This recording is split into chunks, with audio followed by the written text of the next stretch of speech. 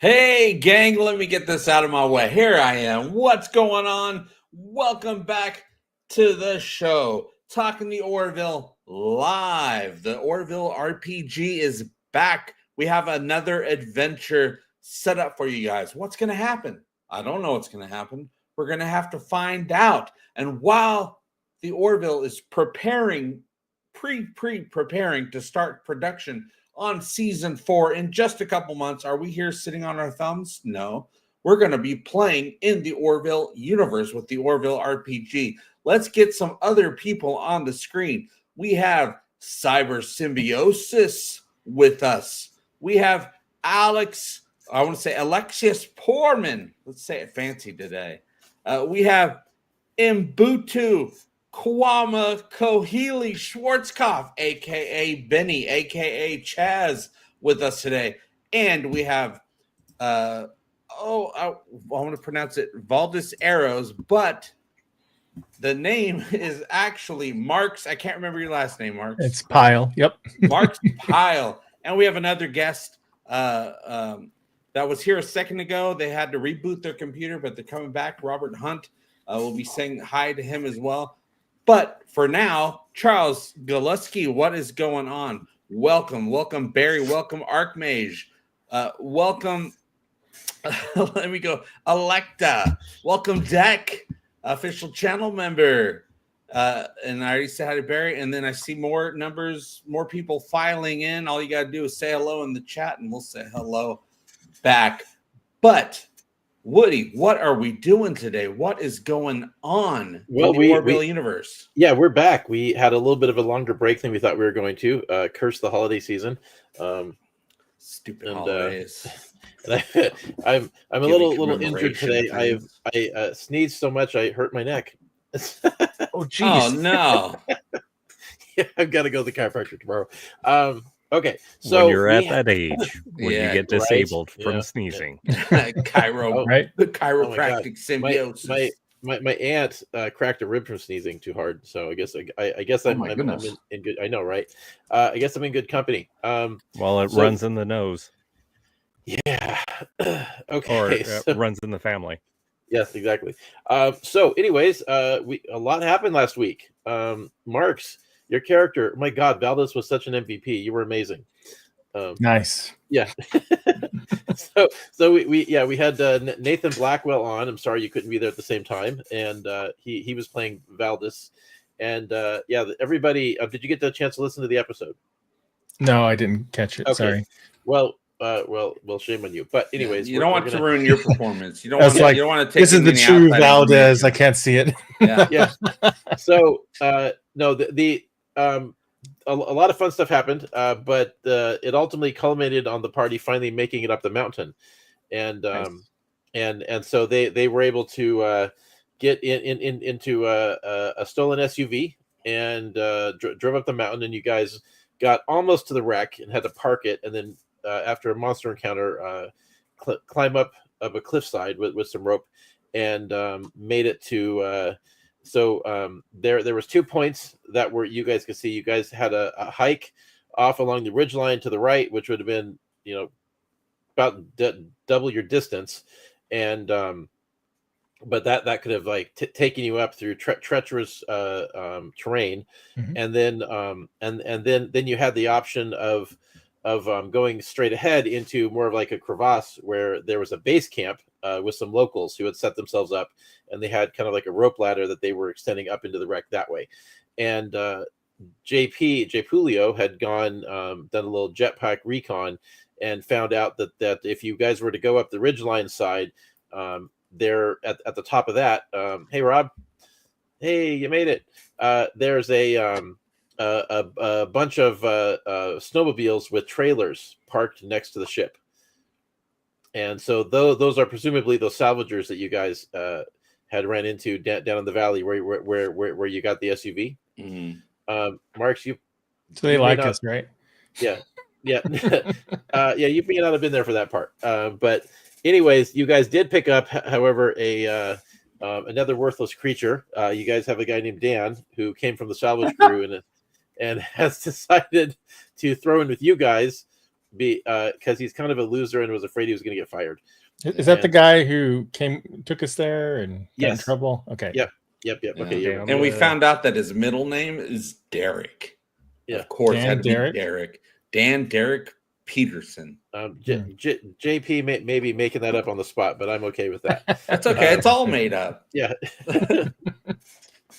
So it's not too late to change course, but the moment when you guys left off, the plan was to hike towards the base camp and use the base camp to try to get your guys hoisted up into the ship, as opposed to hiking the long way around and potentially dealing with the guys in the snowmobiles.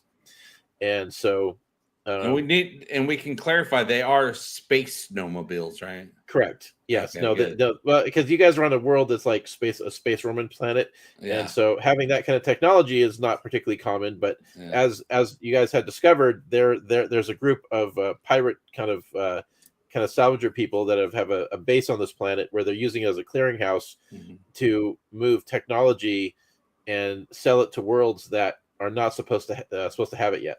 And just to clarify, they are space pirates, right? Yes, they are all bad. All right, because everything has got to be space related. Yeah. Are they still a space pirate if you meet them on a planet, though? I mean, yeah. Well, they pick up space. The planet is in space. Yeah, they're part of a salvage crew, and they work for a guy named Myrte. And Myrte shows up periodically to pick up the stuff that they're getting ready. And looks like our guest is preparing his space. Space. That's right. Space. Yeah. His space. Yeah, it's got to be. Put the word space in front of it. It's super cool. Hey, Rob, can you hear us? Okay. Yes, I can. Can you hear me? Yes. Yes. All right. Hey, Rob, do you remember meeting Marks? He was had the John Retainment podcast and was interviewing everybody during the great revolution of web series when Standard Action came out. I believe so. Yes. Okay, though it was a long time ago, and I got run over by a car a couple weeks ago, so my brain is not the most functional. Jeez. Yeah. I was pretty sure that you guys had met. He's the one that did Reality on Demand was his web series. Yep. And I'm JP. What's up? Hello. All right. So real quick, Woody, are you playing Kratos? No, that is Rob playing Kratos. Oh, so there we go. So when you guys insult him and call him Crouton to his face, remember that there's actually a person that might pull the trigger. Oh. Well, Crouton might still be the name. It's a beloved name. This is what Kratos used to look like. Yes, but I threw Kratos into the old AI machine right before the stream, and this is what Kratos looks like now. Ooh. Oh, wow. That's kind of cool. Bit more impressive. Yeah, AI is getting nuts. Yeah. So I'm just throwing pictures in there. And say, I was hoping you're going to put like a mustache on him or something. That'd be cool. I could do that, but I ran out of credits, so I won't be doing anything with them. Okay, so Marks, when Nathan was playing your character, he burned off 6 more shots. 7 more shots. So keep that in mind. Gosh. I know. No, he literally said ammunition be damned and just started unloading. Okay. Yeah, I do remember that. Ammunition be damned. Just throw some shots at people. I was listening to that today. Okay, so Rob, you all set there? As much as I can be. Okay, perfect. Okay, so JP is our host. He runs the Talking the Orville channel. And he's super important. He gets secret details from behind the scenes from the cast. And nice. That's a secret too. It is a secret. Yeah, I know. I'm they're gonna bust down my door any second. And he is playing Jay Pulio, one of the blue guys. He's Rob Lowe's race, and he spent the entire campaign in heat, so everybody knows not to touch him.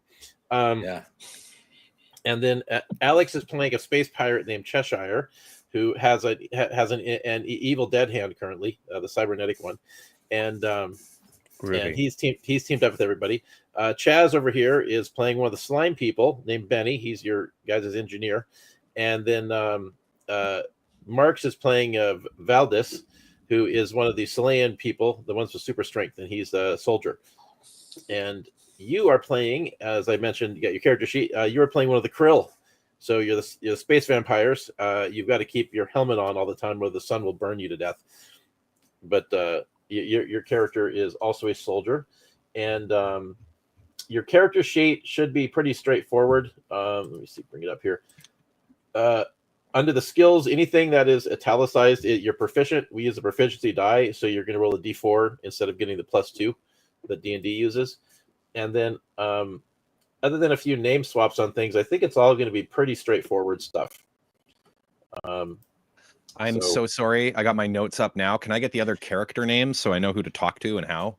Oh, yes. I'm so sorry. Why are they not up on the screen? Let me look into that. They were a moment ago. Oh, maybe it's... No. Okay, well, because you have the chat thing on there. When it shrinks it down, it gets rid of them. JP, there we go. There we go. There we go. All right. You people in the chat are taking away our names. Yeah. Alex's one is in his subtitle there. He goes by Cheshire. Cheshire. We got Cheshire, Marks, CHAZ, and well. Okay. So Alex's character is Cheshire. CHAZ is Benny. Marks plays Valdis, and then JP is J Pulio. Yep. J Pulio. Okay, got it. Thank you. All right, and you are playing Kratos. We've been kind of having fun with that joke from the Orville that words from Earth repeat in their culture. So, you know how they follow the god Avis, the god of rental companies. Yeah, hurts, don't it? Yeah, and Star Trek has Enterprise, you know. Yeah, totally. Isn't it canonical that Star Wars exists in their universe? Like they have the Star Wars series in the Orville universe. Yeah, and Doctor Who exists. Yep. And I found out that Star Trek exists in their universe because Seinfeld exists, right? And Seinfeld talked about Star Trek all the time. Yeah, so Star Trek must exist. Yeah, no, that logic is solid. It's probably exactly how it is. So, anyways, hey, Pyric made it. Nice. So, anyhow, you guys. And then also, you can play Kratos however you like. But he tends to be the grumpy one. But because he just wants to go home. But don't feel that you're like beholden to any particular portrayal. You're the guest, so the character is yours to command.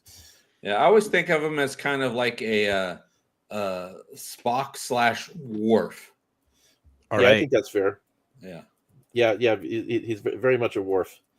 Oh, my pencil ran out of. I've heard he likes really jumping in front of fire to protect his allies. It's great. Sure, hey. As long as it's not Sunfire. Yeah. He's very heroic. He's definitely the MVP of the team. All right, I'm just gonna tweak my headset settings. So if you guys want to keep talking for like 30 seconds, I'll be in and out for just a moment. We'll probably talk for hours. Yeah. We're gonna go for a little bit tonight. Yeah, and everybody shuts up immediately. That's great. Yeah, right. Too much pressure. Rob's doing something, you guys. Yeah. All right, I think we're good. Don't interrupt him. Okay, make a thing happen. I'm going to touch some dice because it's been a while. Yes, dice are very important. They are a hallowed hallowed component of the ritual.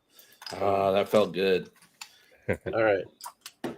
Okay, very good. So let us begin. All right. So you guys, we begin with the party hiking across the glacier, heading towards the base camp, and so the base camp is kind of like in a crevice in the mountains, in an area where they have protection against the wind and the elements. And there's about a dozen tents set up there.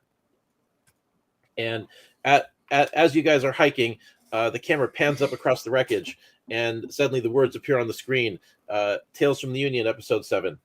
And then we cut back to you guys arriving at the base camp with a couple hundred people who are here. Many of them are salvagers. A few of them are people that have come here to like kind of like a boomtown situation where they've got large tents set up where function as like places to stay.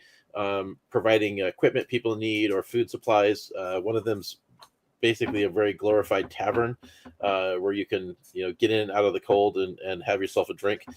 And they have a series of rope pulleys set up that somebody climbed up and established, where they have a rope basket system that can basically lift people up and down into the wreck. And you guys can see areas where they've stored chunks of salvage that have been pulled down from it already.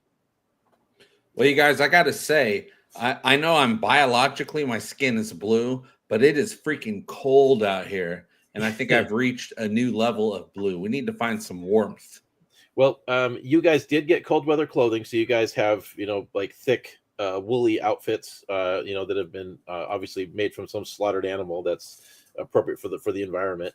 Kratos is the only one here who's probably really comfortable because he comes from a cold planet. So this is probably, like a fall day for him.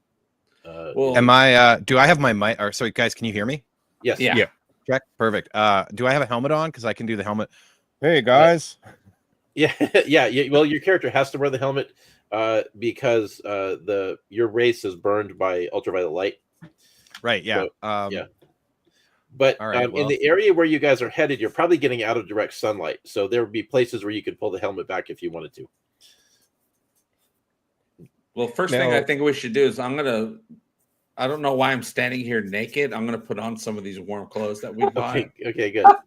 I don't know why you keep doing that. It's because you were in heat. Yeah, I was in heat. I had a hot flash. Yeah. And then Benny, by the way, is in a backpack, which is being carried by Valdis because he's, as a slime creature, he's probably more vulnerable to freezing than you guys are because he doesn't wear clothing. And, losing... losing his viscosity is probably not a good thing. Yeah. Are you holding up okay back there? Yeah, I'm fine. Okay, good. I'm gonna take a cover and stuff it back there. Insulate you. Yeah. Well, yeah, it's actually kind of neat because he can pop a pseudopod out and then you have a little turd over your shoulder. So nice. Julio, did you see any of your union people? No, I haven't seen anybody, but there was a big turnover with the crew recently. So there's a lot of faces, even if everything was normal, that I didn't quite recognize yet. So I might have seen somebody, but I don't remember if they're exactly a member of the crew or not. Well, the ship, just to remind you guys, that crashed is not the one you guys came from. You guys had come from a smaller ship, an escort class ship called the Redenbacher.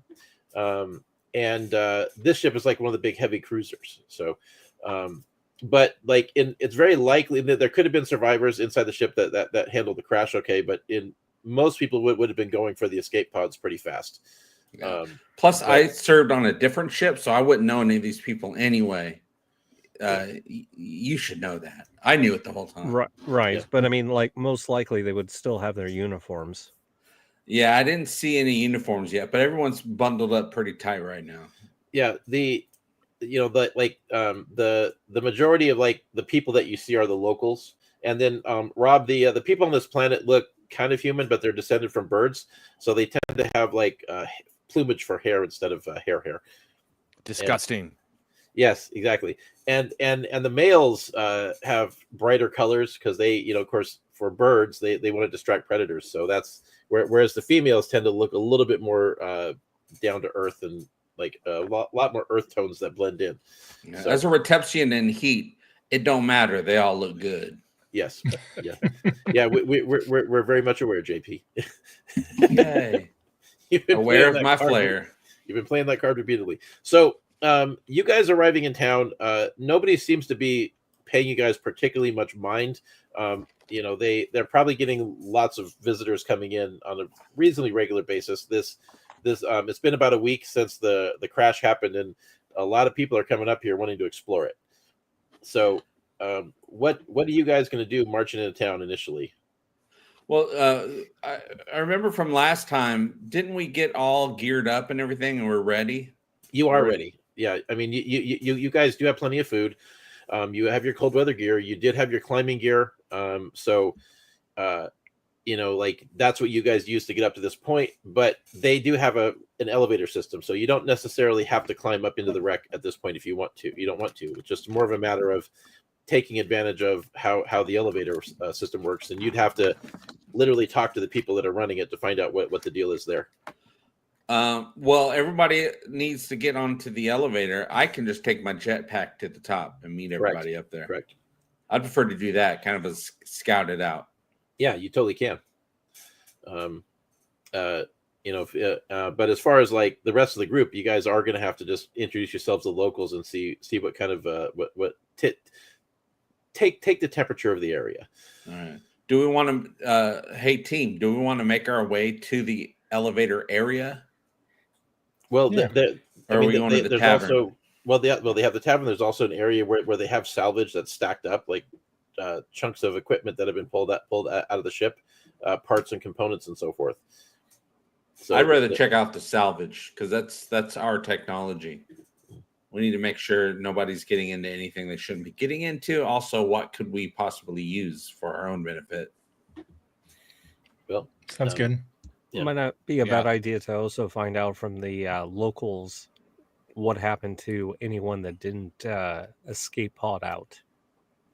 That is something that you can definitely ask. Well, I mean, like there is it's like the pile of salvage is there's an area where it is. If you guys want to go there first, what you find is that there's areas that's kind of like separated out with like kind of like it's not steam powered. They literally are doing it with pulleys, but no, it's kind of like pens, like animal pens, but they have sections which are kind of roped off, and then there's stuff being stacked in different areas, but it's out in the open. It's not undercover or anything, but there are definitely areas that are sectioned off as if different salvagers have their stuff in specific places. And when you guys approach, a very large man with blue feathered hair approaches you guys, and he's like gigantic and covered in furs, kind of has like an ancient warrior Mongolian look, and he says, "Hello, salvagers." Hi. Salutations. Yeah. I'm also a fan of blue. Nice to meet you. I have noticed. You don't look local. No, we're actually new here. We're here to help with the crash. Do you know if there's any what's going on with this crash? Are there survivors, or does anybody need help? To my knowledge, no survivors have been found within the wreck. Blast. Yeah. I mean, what about bodies? Well, no bodies have been brought out. It was deemed not worth the effort. Man, where did everybody go? What else do you know about this crash? Are you here to do business? Are you salvagers or are you We're here to do business. Yeah. Well, you look like you might be survivors of the ship. Why do you say that? We've actually come a long distance to get here. No, none of you look like you're from our world. It's either that or you're pirates. Pirates. Salvage. It's a little bit of the same. I see. Well, if you're here to salvage, then respect the rules of the camp, and everything will be fine. You will be able to take advantage of the elevator for free as long as you don't mind waiting in the queue. And anything that you bring back, 10% goes to the camp. And then if you would like to have a space here where we will guard your salvage, that will cost an additional 5%. All right. I think that's very doable.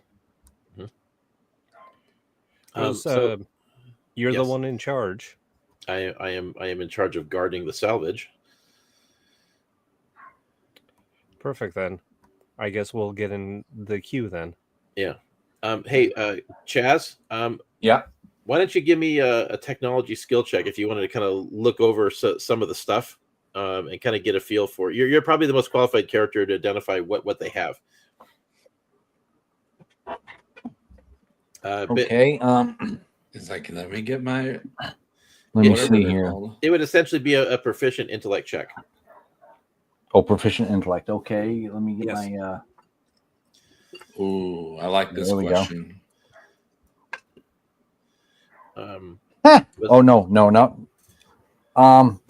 11. 11. Okay. As far as what section of the ship is, I'm pretty sure this is the front section of the ship that went down here. The other half landed somewhere else on the planet. And so, okay, so Chaz, Benny like pops out a pseudopod and takes a look, and what you see, just kind of like glancing around the place, a lot of it is kind of what you guys would consider to be junk, but like, and it's unlikely these people are equipped to really unlock the technological secrets, but it's a lot of stuff that would probably advance their development, by centuries over time, right? There are some things that are definitely dangerous. You do see like a food replicator module, you see power cells, you see a couple weapons here and there. They've actually brought down guns and pieces of equipment. Some of it's immediately useful, some of it is immediately dangerous if used incorrectly. So but nothing sitting there is going to blow up. Well, that's good. Yeah, but like there's a couple of things you're really hoping nobody puts that to an anvil. You know what I mean? Yeah. There's a few things that could probably be radioactive if and be really dangerous if depending on what they do to it. Right. I mean, hopefully they're just like, warm. Yeah. No, it's going to be just like in Star Trek where they made jewelry out of radioactive material and people are going to get sick. Well, my fine blue feathered friend, is there anything that you think that we should know as being new here should know about this crash site? Be very careful. It shudders and shakes occasionally. There have been a few injuries. Duh. Yeah. Yeah. Thanks for all that help. Yeah. Well, I can tell you that since we've been here, it's moved 5 feet. Uh-oh. Do you think it's possible that the whole thing might slide down on top of the camp? It doesn't seem likely. We don't plan to be here that long. Someone did some math, someone with more education than I have, and told us that at that speed, it probably would take a month before we'd be in any danger.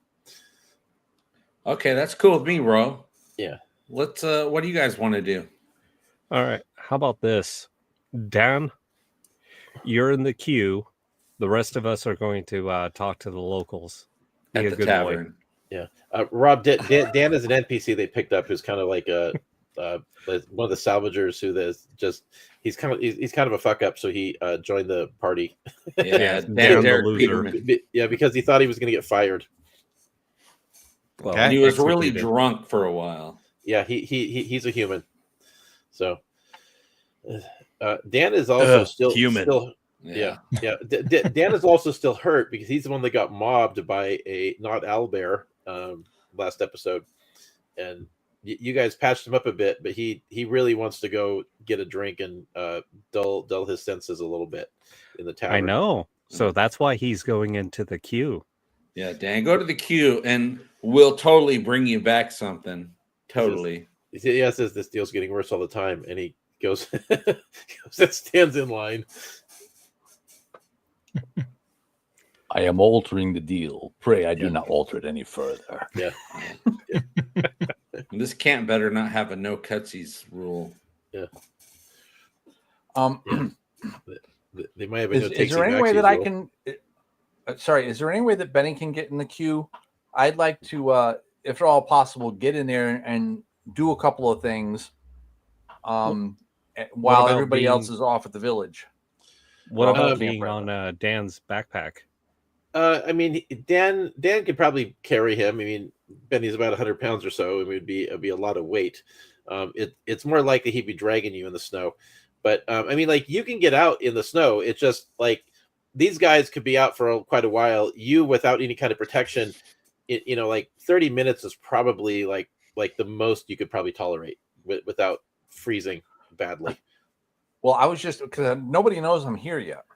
True. I'm in a backpack. Nobody knows I'm here. Well, actually, what I wanted to do is to get into the ship, and get in the bulkheads and the circuitry and do a couple of things. Number one, see if I could figure out where the other half of the ship landed. Okay. And number two, start like deactivating, neutralizing systems that could be bad if somebody did something stupid. Couldn't I just jetpack Benny up there real quick? You absolutely could. That's what I want to do. That would be the easiest way. Yeah, because Jay Pulio could fire up the thrusters, carry the backpack up, and just drop off Benny up there, and that would be fine. Hey, so Barry has an interesting question of whether or not the creature you guys were fighting was more of an what might have been a werebeast, and he's wondering if Dan's about to turn into a werebird. Ooh. Yeah. Well, I mean, he's already a were loser. Yeah, he's a were loser. Alex, do you have that picture handy of that you drew last time of the creature? Maybe. Just I mean, this one. Yeah. No. That's me. That's CHAZ. Yeah. Oh, right.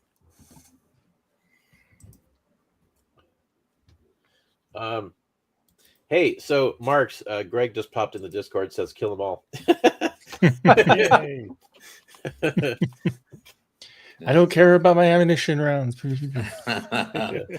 Yeah, I say I just fire up the old jetpack, take Benny up there, throw him over there so he can do what he's got to do when no one's looking. And then I head back to the tavern, have a few so I can blend in and really, become friends with the locals. Okay.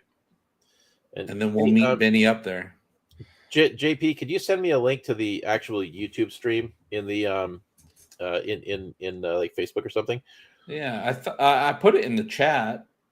Maybe you did. Let's see. Chat. Private chat. So there's there it is. There it is. Yay. The private chat. All right. I wanted to share it with a couple of people here. Let Greg have a chance to jump in and watch if he wanted. All right. Okay, cool. So, all right. So you want to go to the tavern? You guys have, there's the entire ship. If it was all in one piece. Okay. So, you want to go to the tavern, and you guys have Dan in the queue. Is the entire party gonna go to the tavern? I'm down to go to the tavern. I'm cold. Can you remind me the mission parameters again? Are we supposed to are we just looking for survivors, or we have to destroy? The reason why you guys were coming here initially was because you guys had landed on a shuttlecraft, and the shuttlecraft was damaged, and so it's not FTL capable. And so you guys were hoping to find parts that would be able to repair it, which should actually be quite easy to do once you get up there. And then it'd just be a matter of getting back to your ship and getting things up and running. And you guys have the shuttlecraft parked at a location where it's being concealed. But that's something where they picked up your character about halfway here. So you were one of the survivors. Mm-hmm. And our pod is days away at this point. Yeah, it is, yeah. So I'm just so I'm more emotional probably about seeing this wreck, because these were my friends. And no, this is totally the ship that you came from, actually. Yeah. So all right. And emotional distraught. Yeah, we're gonna take you back to where you're from. Yeah, because the majority of the crew that you were with landed by a farm, and the majority of them got murdered, right? Yeah, Valdez was part of a group that was hiding out at a farm that they had survived some crashes of the escape pods, and then a group of Kalon had showed up and massacred them, and then had basically killed everybody in the entire town or this farm except for a child that managed to survive. And so, okay, so here's where we're gonna do this. Since we're doing a little party split, we're gonna focus on JP and CHAZ. And JP, you grab the backpack and fly up, which gets a few oohs and ahs from the people down below who have not seen people fly on a regular basis. So and And Which is ironic for bird people. No. Yeah. Yeah. Well, they were flightless birds. Yeah. They had bird ancestors that maybe fly. If God wanted us They to were fly, flipped. he would not have taken away our wings. That's right. So, yeah.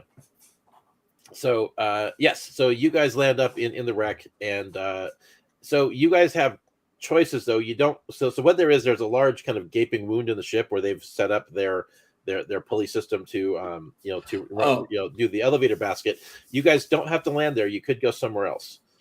Real quick, I want to make sure that Benny is still hidden inside of the backpack that I fly up there. Yes, So that way, is. when I fly back with the backpack, they're none the wiser that I left somebody up there. Yeah, totally. You guys could also land on top of the ship, like say near the bridge or something. There are external hatches that would be able to be opened manually, and there's also lots of gashes in the ship that he could slip through as well. But whatever you want, Benny. Yeah. So just set me down either on top or one of these other damage areas where I don't have to fart around with accessing a hatch or anything. I can just ooze right in and get to work. All right. Well, here's a nice spot right here. That's some damage you can ooze right into. Look, Here you are. Looks like Greg has joined. He says you should find an easily accessible bathroom. That's what the backpack's for. Yeah. This All is right. sci-fi. They don't have bathrooms. Okay, so so Chaz, you get deposited on top of the ship, and there's a large tear in the hull where it buckled, and so it would be very easy for you to ooze on in. I'm in. I'm going. Okay, good. So so while you're doing that, give me a couple proficient intellect checks to see how well you can find your way around to what you need.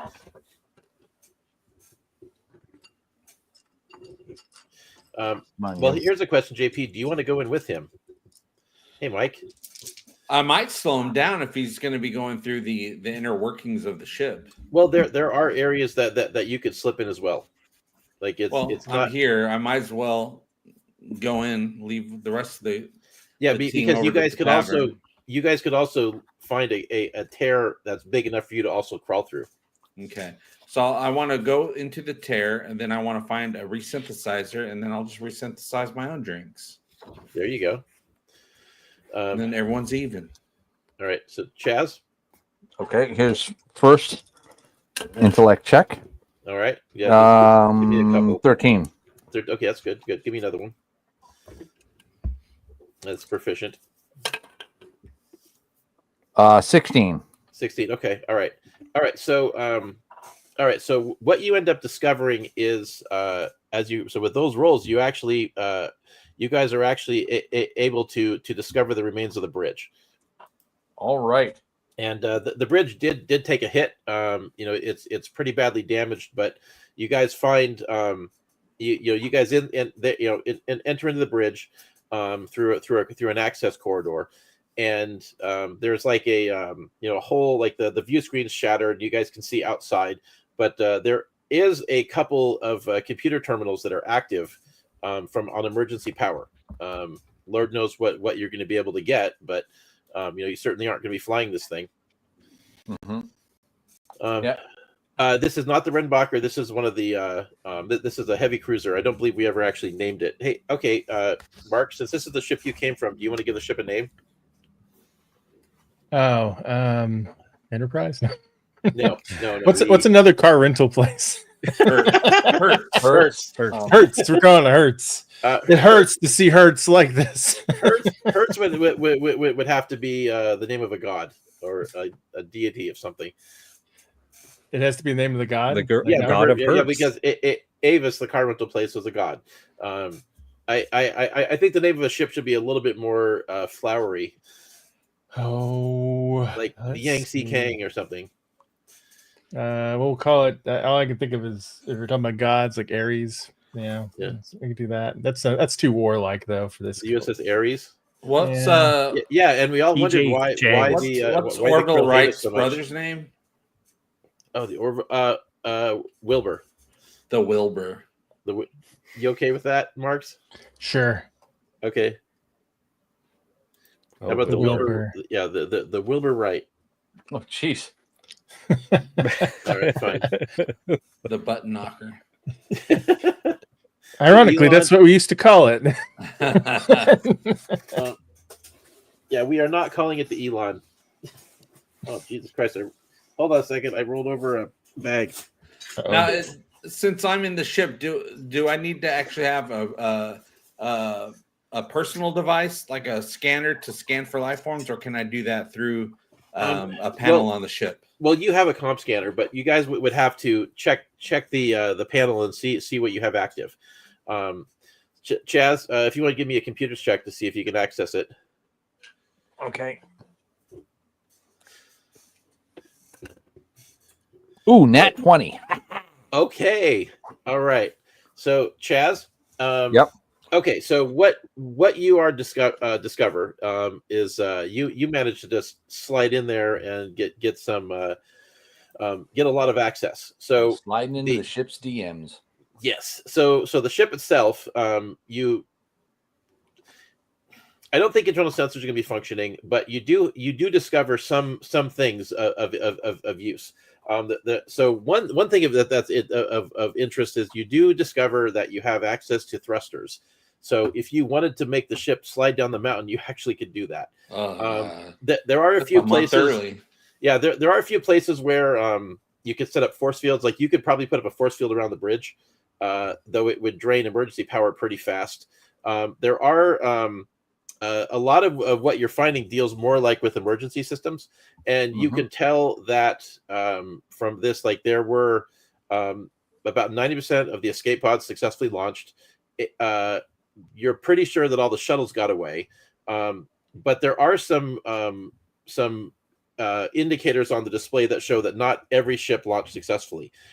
It does show a few escape pods still in the tube, and if you're reading this right, it looks like the captain's yacht never launched, but they were going to launch it, and for some reason it didn't take off.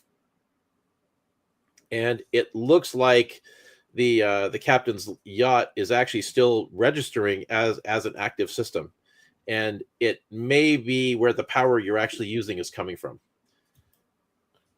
And that would be a sweet ride. Yeah. So we're going to cut away. We'll let you guys digest that one. All right. So Alex, Marks, and Rob, you guys walk into the tavern at the base camp. What do we see in the tavern? How many people are in there? You guys open up the tent flap and walk in, and it's a very large tent. It's actually more like it's got one big one with a number of interconnecting tents that are hooked up to it. They've got a fire pit going in the middle, which has been built up, and the area has a lot of snow cleared away, and they've got some like furs down, so you're walking on like on a comfortable surface. They have like a bar set aside in one of those side tents, and there's a couple of women playing some stringed instruments to give the place kind of a fun ambiance. And it's just a collection of various people. There is most of the people you see here are locals. There is one gentleman seated at a table who's having a conversation with a couple of locals that looks like a reptile man with a couple of horns sticking out of his head. That would be somebody who has to be a survivor. And does the individual have a uniform? No, he's dressed in local clothing. Do I recognize him? No, you don't, but you do recognize his species. It's one of the races that never got named in the show. But it's can you put up a picture of Olix, Chaz? No, I've said Chaz. No, I don't have one. Christ. JP. Sorry. I meant to say JP. This is Yeah, I can find one. Sometimes I say someone's name wrong. It'll take me a minute. You just keep going. Yeah. During part of this, I'm going to go get some drinks for myself and the other two. Okay. Yeah, not a problem. Yeah, going up to the bar, they have a variety of things, and you've gotten used to the local flavor. So, all right, I'll get 4 things of space hooch. There we go. Or equivalent. So Rob and Marks, do you guys want to walk over to that guy? Yeah. Okay. Yeah, let's go talk to him. Like, and I think Rob- I recognize this guy. I think he's from the ship. Yeah, Rob, do you have your helmet on or off at this point? I'm not really. My species isn't beloved, is it? Not Nah, really. You should put the helmet on. But Yeah, I keep the helmet on. But during this, so this takes place between seasons 2 and 3 of the show. So technically, you do have an alliance with the Planetary Union. Yeah, though it's more of a frenemy sort of situation. Yeah, I also don't have. It looks like I don't have great social skills. No. Charisma 8. I keep my helmet on. Okay. Well, as we said, you're kind of the grumpy character. But okay. So the two of you walk up to this guy. Oh, yep, Hey. there we go. Yep, that's what our NPC looks like. So the two of you walk up to this guy, and he is breaks off his conversation, looks up the two of you, and his eyes go wide, and he steps up, and he immediately rushes up and just hugs you, Valdez, and says, "Oh my God, survivors!" And then Valdez, how do you react? Do you get too overexcited and crush the life out of him? Oh, yes. Oops, no. I will go, oh, it's good you survived, person, crew member. Because it's such awkward situations. You don't remember the name. God, I'm not the only one. And he turns to Rob and to Kratos. He's like, and he immediately sees your armor. Is like, hi. Don't worry, he's an ally. Yeah. Hello. What do you want? To get off this rock. Are we being rescued? Have you come to? Hold on a second. And he turns to the guy he's talking to, says something in the alien language, and the guy nods and walks away and says, "Here, come sit at my table. Come." And he takes a seat and and offers you guys chairs. Says, "Are we being rescued? Has the Union come?" Or the Krill? Sort of, but we can definitely rescue you. Do you know any other survivors? No, I'm the only one that made it. How did you survive? What happened? I was in. I couldn't get to a pod, so I ran into the simulator and just dialed up something that would survive the crash. Ah, it's clever. Yeah. A little embarrassing, but I had to pick something really fast, so I picked a pornographic program. I found myself in some sort of brothel full of pillows, and it just. You have to tell Jay Pulio about it. I'm sure he'll find it was a little awkward. I will admit. Message from Jay Pulio. Yeah. Beep, beep, beep, beep. Answer call. Beep, beep. What's the name of the video? Yeah. What's the name of this program again? Yeah, it comes. Beep, beep. Answer comes. It took me a couple days to climb out of the ship. There's a few dead people up there. Are you really calming me? I can turn I'm on comment. Okay. Comment.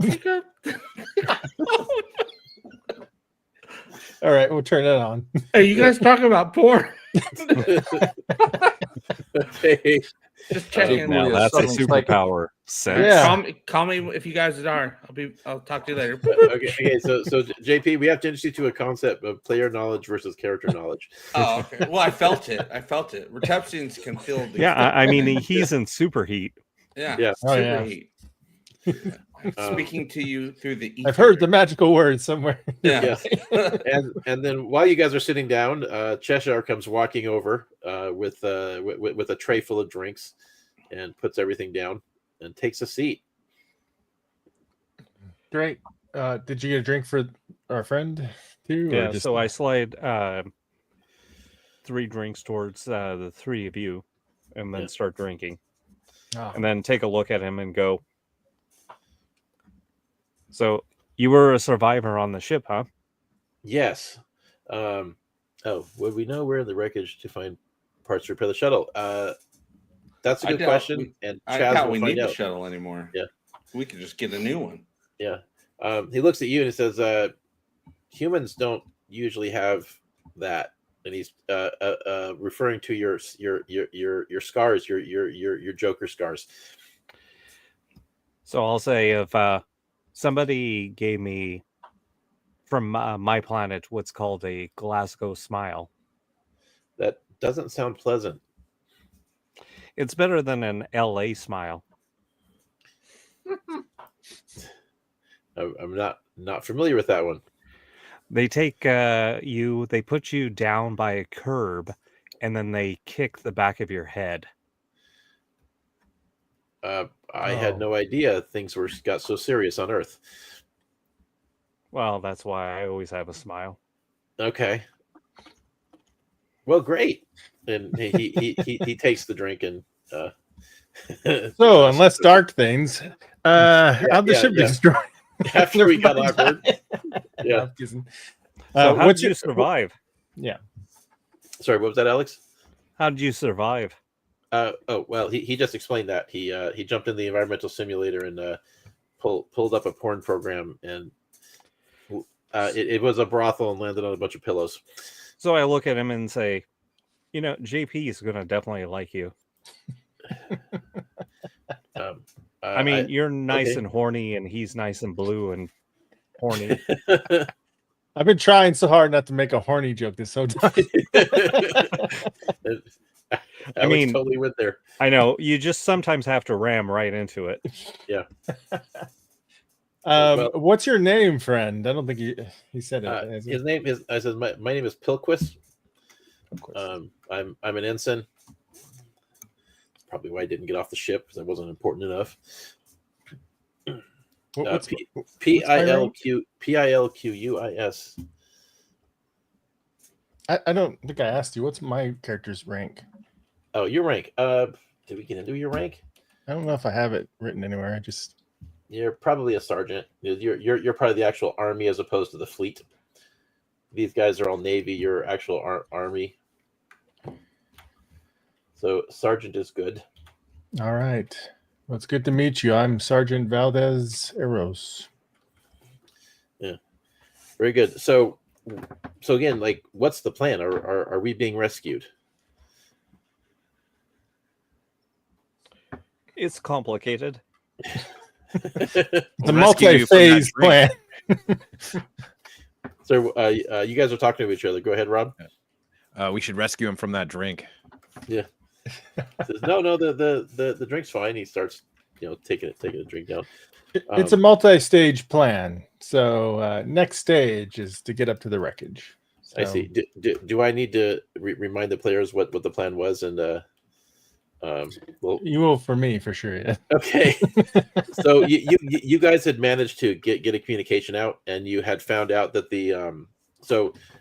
when at the start of the campaign, you guys were survivors of an attack where you guys were attacking a star mine that the Kalon had, and so what ends up happening is that the Kalon had used that as kind of a trap to bait in the fleet, and took out a bunch of ships in the process, and so they currently the Krill and Union forces that survived have a rallying point outside the star system, and they are.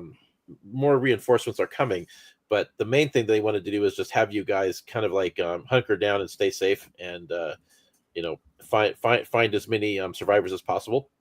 But you guys, of course, you're continuing with your original mission of coming to the wreck. They know that you guys are of course aware that the Kalon are active on the planet, but the main mission, the main request was to stay safe and stay out of sight. And then rescue is coming. They just can't approach the planet at this point. Okay. So we're like That's recon. Right. Yeah. I mean, but like if you guys were to get a ship, going, like, say, you repair your shuttlecraft, which had a cloaking device, there would be a lot that you guys could do, because you'll be more free to move without being detected. And so help is coming. It's on the way. Yeah, but at the moment, until then, let's repair. We're trying to get some parts for repair. Yeah. I mean, it hasn't changed much for you guys, except that that you're not immediately going to be extracted. If you guys want to get out of here, you got to do it on your own. But there's also a Kalon presence on the planet. They're not massacring the planet's population, but there's something clearly going on. You guys just haven't uncovered it yet. Have you heard of any stories about Kalons in the area? I actually have. I mean, like the locals don't know. So there have been some Kalon ships that have come to the wreck and actually extracted parts from it, but not in any kind of a scale, right? I know there have been like a couple of encounters with some of the salvage crews, but they're still going in regardless. So there is a possibility of encountering trouble if you're going up there. I'm not going back. I'm going to stay. How many individuals have you seen that are off planet that have come to this site? Just there's been a couple of people that I don't know who they are. That they're not union. They're not part of the Krill. They just come through. They do a little business and then they bug out. I've kept out of sight when that's happened. I know there is some sort of a fortress, kind of a walled encampment down in the valley, at the base of the mountain where some off-worlders operate. But quite frankly, I'm kind of staying here trying to stockpile some gear.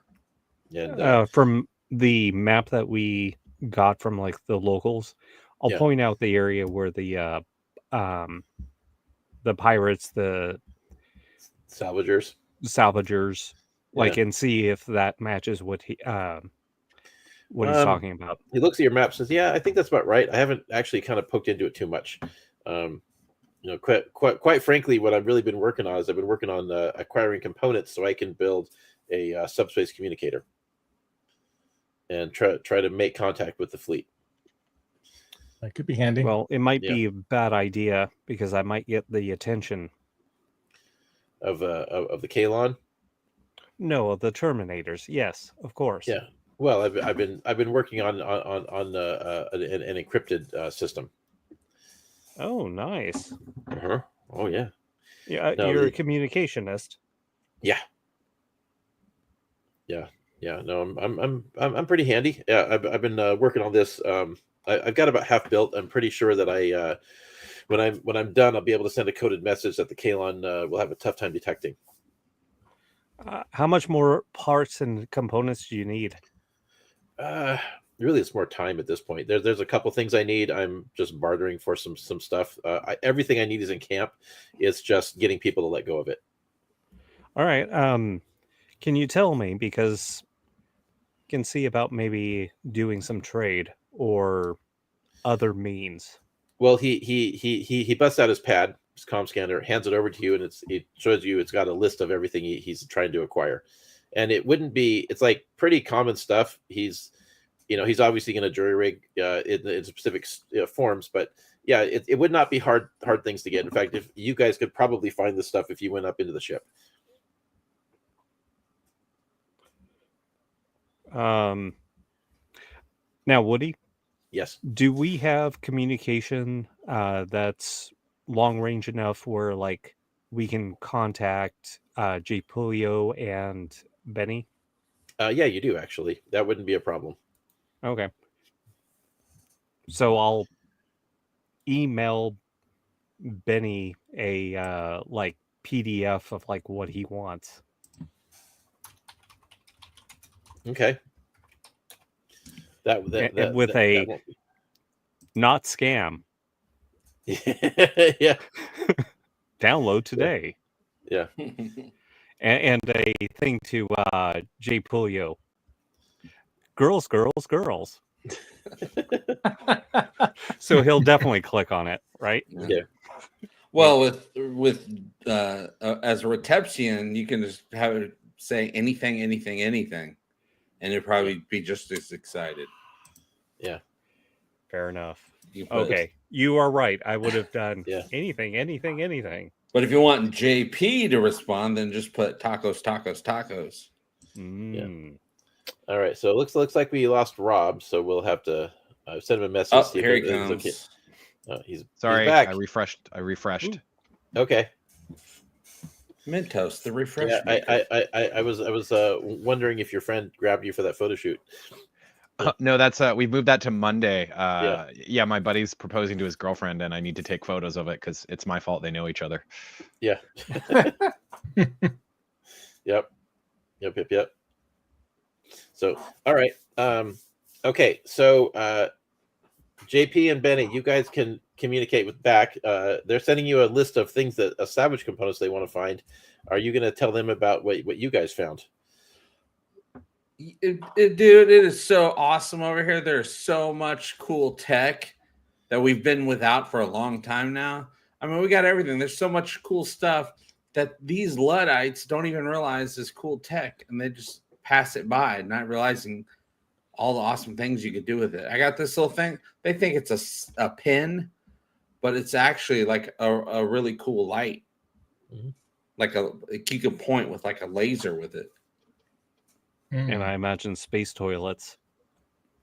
No, still haven't found a toilet yet. Yeah, the toilets might not be functioning right now. Probably backed up. Yeah. Well, there goes the replication units. Yeah. Do not enter that ready room office. Let me tell you. Yeah. Chaz, is Benny going to speak up with anything? Well, yeah, I'll let him know what I found and it- what I suspect.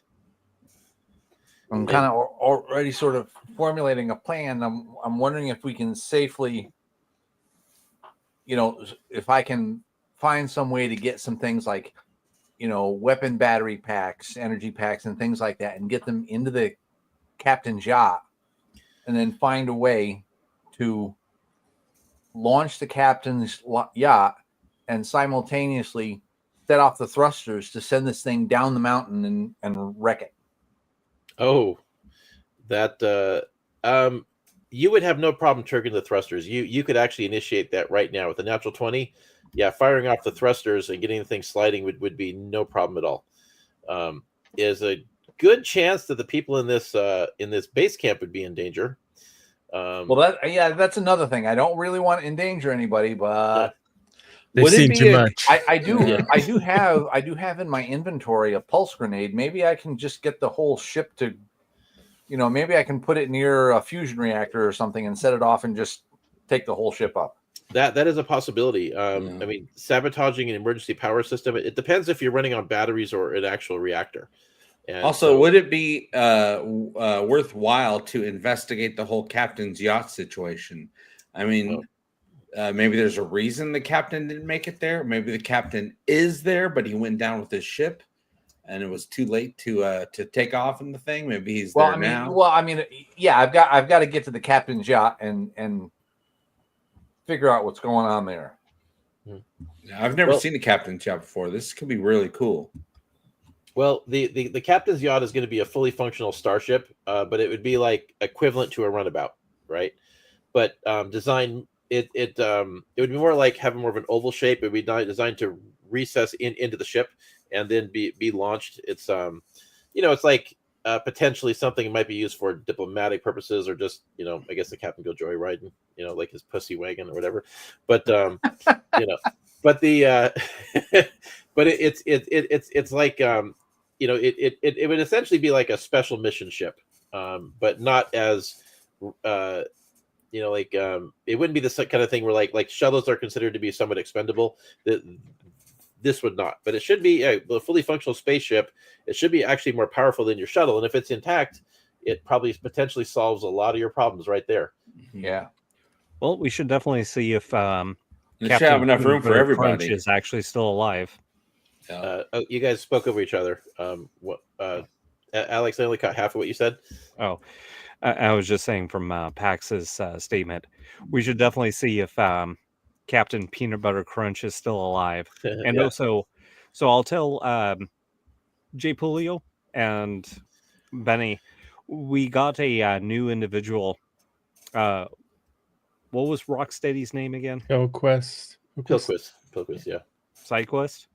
Pilquist. Whatever. You can call him Rocksteady. I don't care. It's like Rocksteady. or Bebop. Yeah. Well, he's not big. Is Benny actually working on getting the captain's yacht for us? Benny, it does sound that way actually. Can Kratos send Benny a message to like raid the armories on the ship and load it with some sweet guns and explosives? Because that's what I'm good at. Yeah. The murdering. Well, if they're able to find that, yes. It is definitely a possibility. The captain's yacht, by the way, is probably more for comfort. It might not have all the systems that a regular ship would have, but it would have room for people. So it would definitely be one that could easily accommodate the entire group. Sounds good. By not have all the systems, you mean no weapons, or no? It would have weapons, but it wouldn't necessarily. It wouldn't have like sophisticated sensor suites. Like it's not going to have labs. It's not going to like a typical starship. Assuming that the Union ships are comparable to Federation ships, it wouldn't be as sophisticated in some areas. It would be more of like a transport ship with guns. Would we be able to tap into its power source, its power supply, to make our scanners stronger? Yeah, for sure. It would also have its own scanners. Its own sensor systems would be more powerful than what you guys are carrying. And as CHAZ detected, it may actually be where some of the emergency power that the ships has that he's detected may actually be coming from the captain's yacht. And if we got the captain's yacht, we can bail anytime, go on vacation, get out of here, go to the other side of the planet if we want to. That is true. Get into space a little bit. We can do a lot of stuff. Yes. Can we use the ship sensors, like the big ship sensors, to let us know where the Kalons are at on this planet? That's a possibility. CHAZ, give me another computer check to see what you can, what you're able to activate. Yeah, I would also to know. Come on, baby. Yeah, I also want to know if we can activate the shields, because if we take that ship and then just activate the shields on the main ship that's crashed, nobody can get into it. Well, I mean, like you would be able to activate some internal force fields, but not a lot. Not enough for you could protect the bridge, but probably not much else. CHAZ, what did you get? An 8. An 8. Yeah, you're not activating anything. You're probably going to have to gain access to the sensor, like a sensor cluster, directly, and figure out why you don't have access to it. But if you got to a sensor cluster and you could set up power, you could scan from that section. You wouldn't have to be on the bridge to do it. Okay. So trying to find Kalons and or any other survivors that there may be on this ship, I think would take priority, because if the captain actually is in the captain's yacht, he's on our side. He can help us make this a lot easier. So that's what I'll do. I'll go see if I can find a cluster without the F attached to it. Well, so just to remind you, like, internal sensors are one of those things that definitely would not be running. But having the two of you reach in like a sensor cluster, that would not be a problem. It would just take a little while. What about internal communications, like a loudspeaker on the ship? That would be a tough. That would be a tough call as well. Like power conduits are ruptured all over the ship. There's limited power. I mean, he's just in an area that has power for some reason, but most of the systems are pretty trashed. What about the hollow suite? What about shouting simulator? Well, that would take a lot of power to run one of those. Okay, JP, don't go there. We need to power. Huh? What? Nothing. Didn't mention anything. Coincidentally. So, all right. So, let's see. Looks like J. Pulia's space pontoon party. Nice. Okay, that's my favorite program. Yeah. All right. So back on the planet, or back at the base camp. So with the three of you guys, hanging out with Pilquist, if he could get the components he needs, he could probably get this this device repaired or constructed in just a couple of hours. He could point out the things he needs that are at some of the different salvage piles. He just doesn't have the money needed to purchase them. So he's kind of been like bartering and scraping by and kind of like trading some of his technical skills to stay here. But if somebody was able to, have the money to pay for it or had something to trade, most of these people they have no idea what this stuff is for. He doesn't think it would be a problem to get to the part with it. He just doesn't have anything valuable enough to trade. Do I have access to the resynthesizers on the ship? They are around. It's just getting them powered up.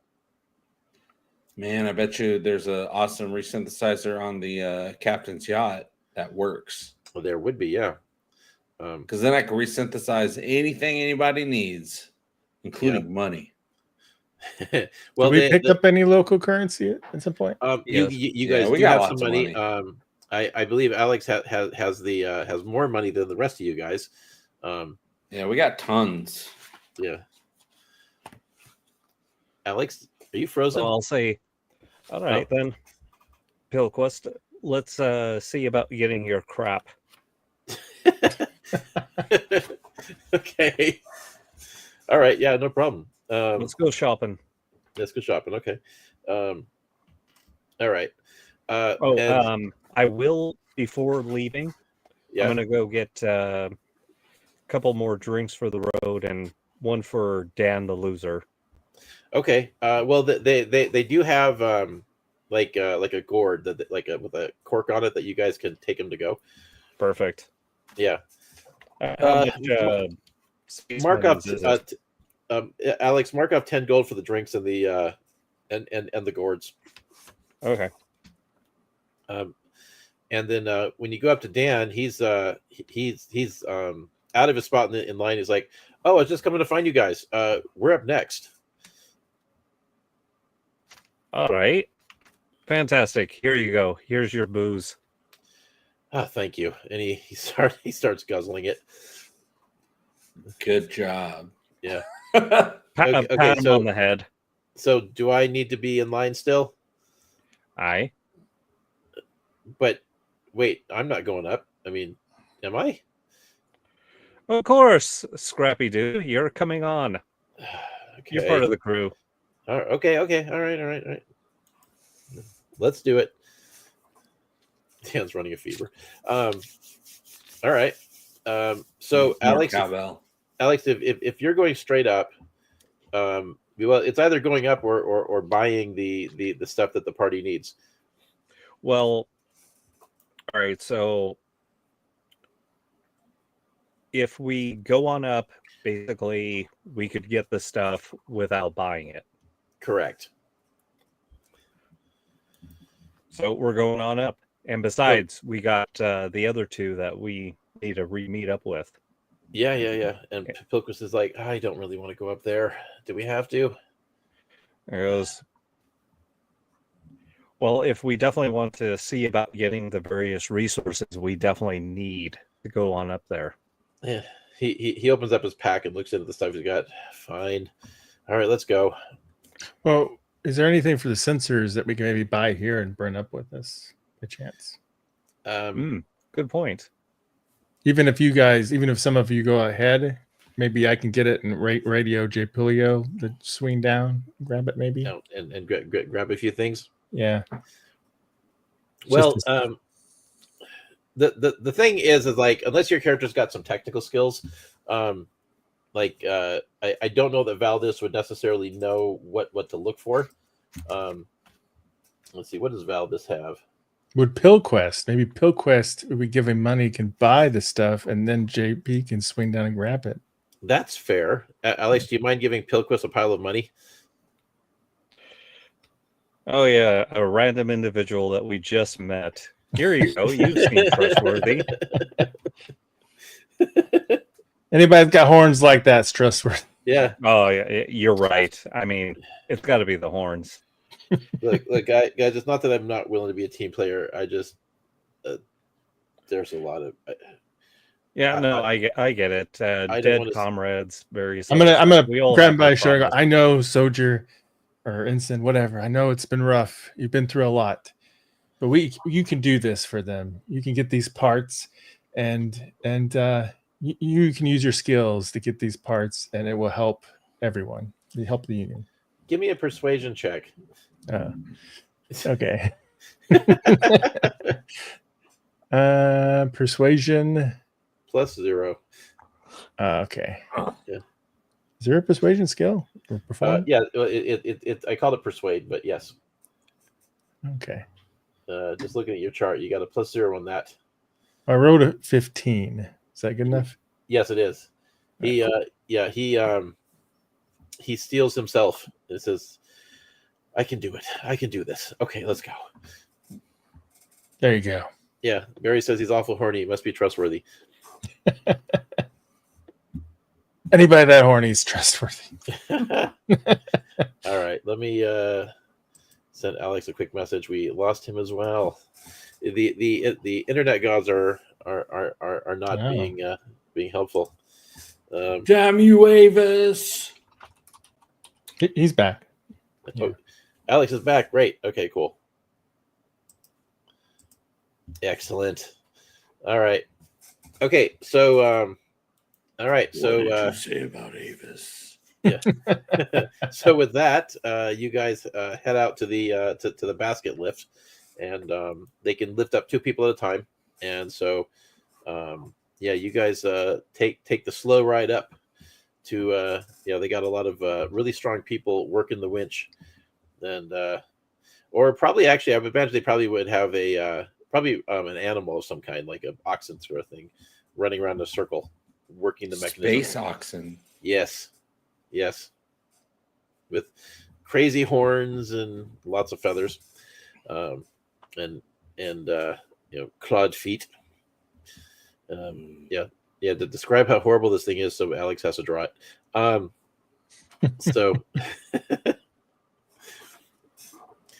So anyways, all right. It's probably like a big ostrich with horns. Yes. Right? Yeah. Two legs, huge muscular legs. Let's give it a reptile's tail. There we go. Yeah. The big teeth. So And apparently must be Parakeet's Arnold. feathers. Yeah, Arnold. Yeah. All right. Yeah, that's its creature's name. It's the Arnold. Arnold. All right. So, CHAZ, I think it wouldn't be too much of a stretch for you to we say you probably got the location of the yacht since you rolled a natural 20. Yeah. And so that could be forwarded to the party. The captain's yacht is in the lower section of the ship, and that would be something that that the team would be able, from the point where their entry is, would probably be a lot easier for them to locate the actual vehicle than for you guys, since you guys are heading up trying to find a sensor cluster.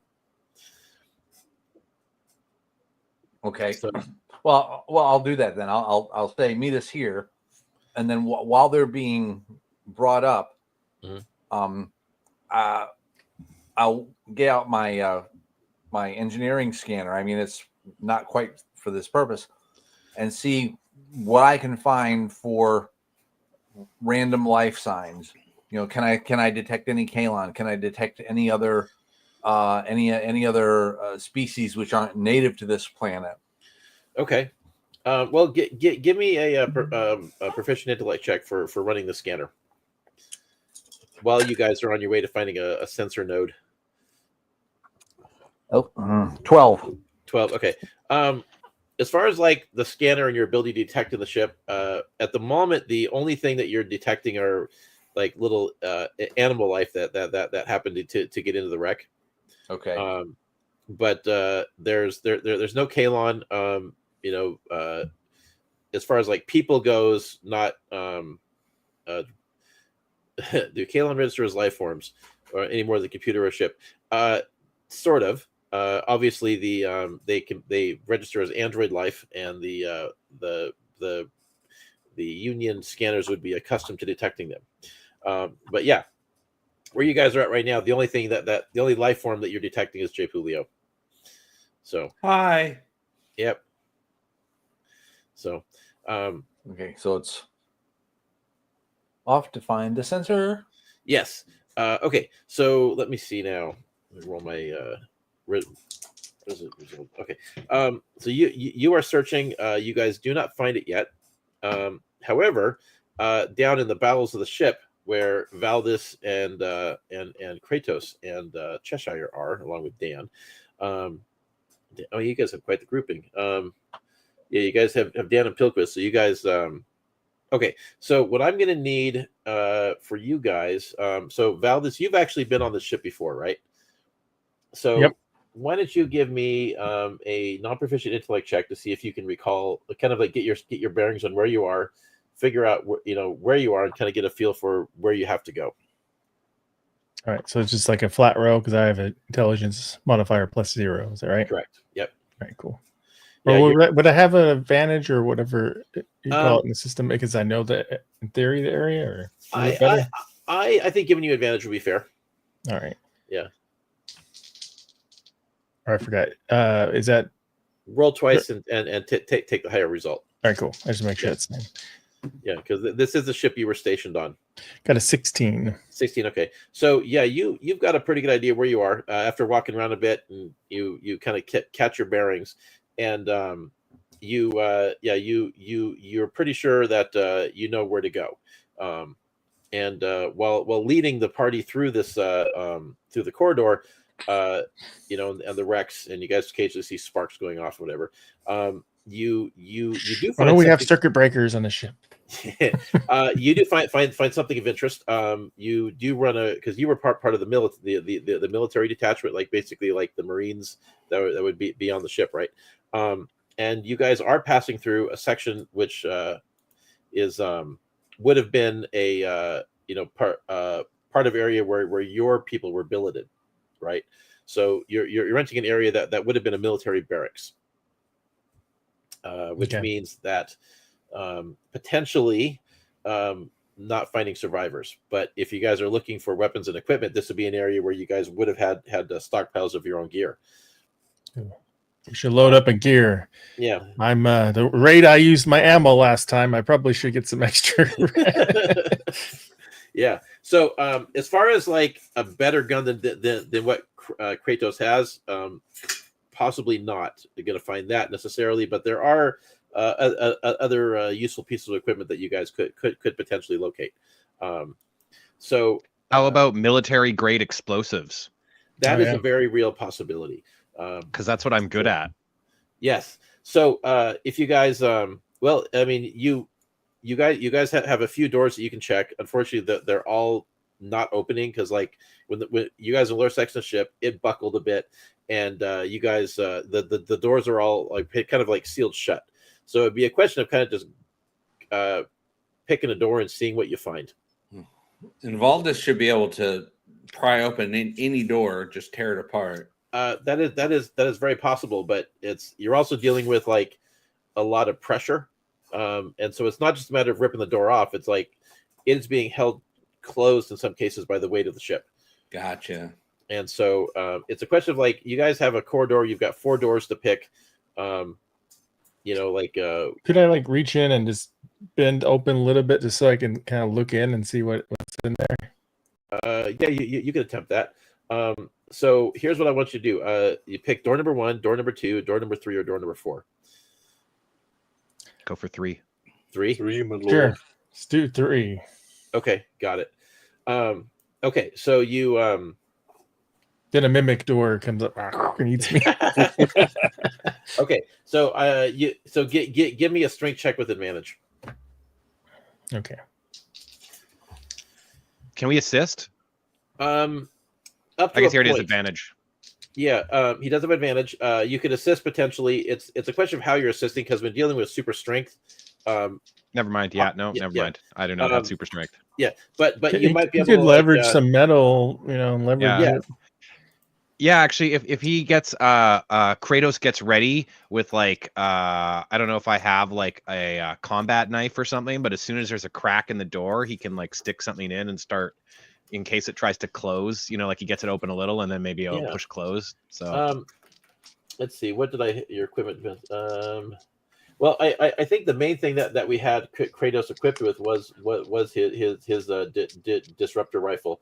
He's got a disruptor rifle and a disruptor pistol. We do not have him with a combat knife.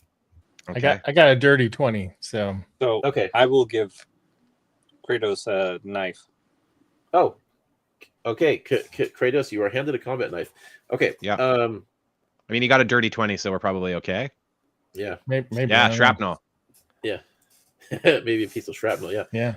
Yeah. Okay, so you managed to wedge it open, this door slightly, and then you guys are like, yeah. So you shove the knife in there to kind of keep it from slamming shut. And you guys have a crack, and you're looking in, and you're seeing the simulator room where you guys were using it for pilot training. So that there are a number of seats there. None of them are occupied, but they were essentially like combat simulators for fighter pilots. Okay. So if that's the case, looking at that information, you basically know which one was the barracks now, and you're pretty sure that the one next to it would have been your guys's where you guys stored your weapons and equipment. This is it. Which one is that? Is that 2 or 4? That would be number 4. Okay. All right, guys, it's in here. I know it. I feel it. All right. You can do it. But forcing that door open is going to take a lot to do so. Yeah, I'll need help. Can you guys help me out here? All right. Well, Yeah, I guess I look for some shrapnel to like use as a giant pry bar. Getting a pry bar would be no problem.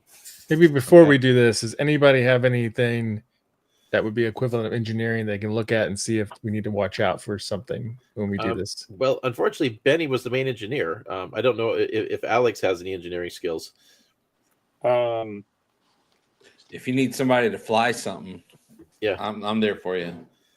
Actually, with my galactic knowledge history, yeah, do I know this type of model of ship? I mean, you'd be familiar with combat like roles, but that wouldn't include any particular details on its function. It would be like, you would probably know about like major battles. Okay. That participate in. So, all right. So let's give it a shot. See what happens. Okay. So Valdez, I'll have you make a strength check with advantage, and because you've got Kratos here using a pry bar to help wedge the door open, we'll give you an extra +2 on the. So when the pry bar goes in, yeah, I'm going to see about activating my personal force field. Oh, to try to help create a bubble. Like that trick they did with Mr. Scott. Sure. Okay. Well, that would be more of a factor if the door started to close. It looks like I do have engineering as one of my professions. Yeah, but it just all the engineers are heading for the sensor cluster. All at the same time? That sounds like a horrible away mission. All right. Funny, we have radios with us. We can communicate.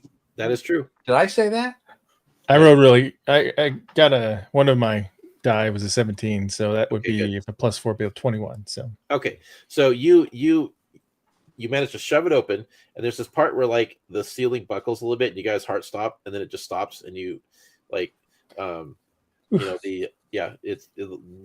looks stable, and you guys look inside, and there is there are weapons racks and equipment lockers and all kinds of stuff. All right, I'm loading up on ammo. Yeah. How much ammo can I get? Well, I mean, there are energy cells. You have the kind that reloads, so you could, if you wanted to, you could just completely discard the one you've got right now and completely reload. And then it's just a matter of like just grabbing as many extras as you want. I mean, given the ammo capacity, you guys, unless you're actually going into war, you don't usually carry more than 2. I'm always ready for war. Yeah, but if you want to carry more, that's totally your call. All right.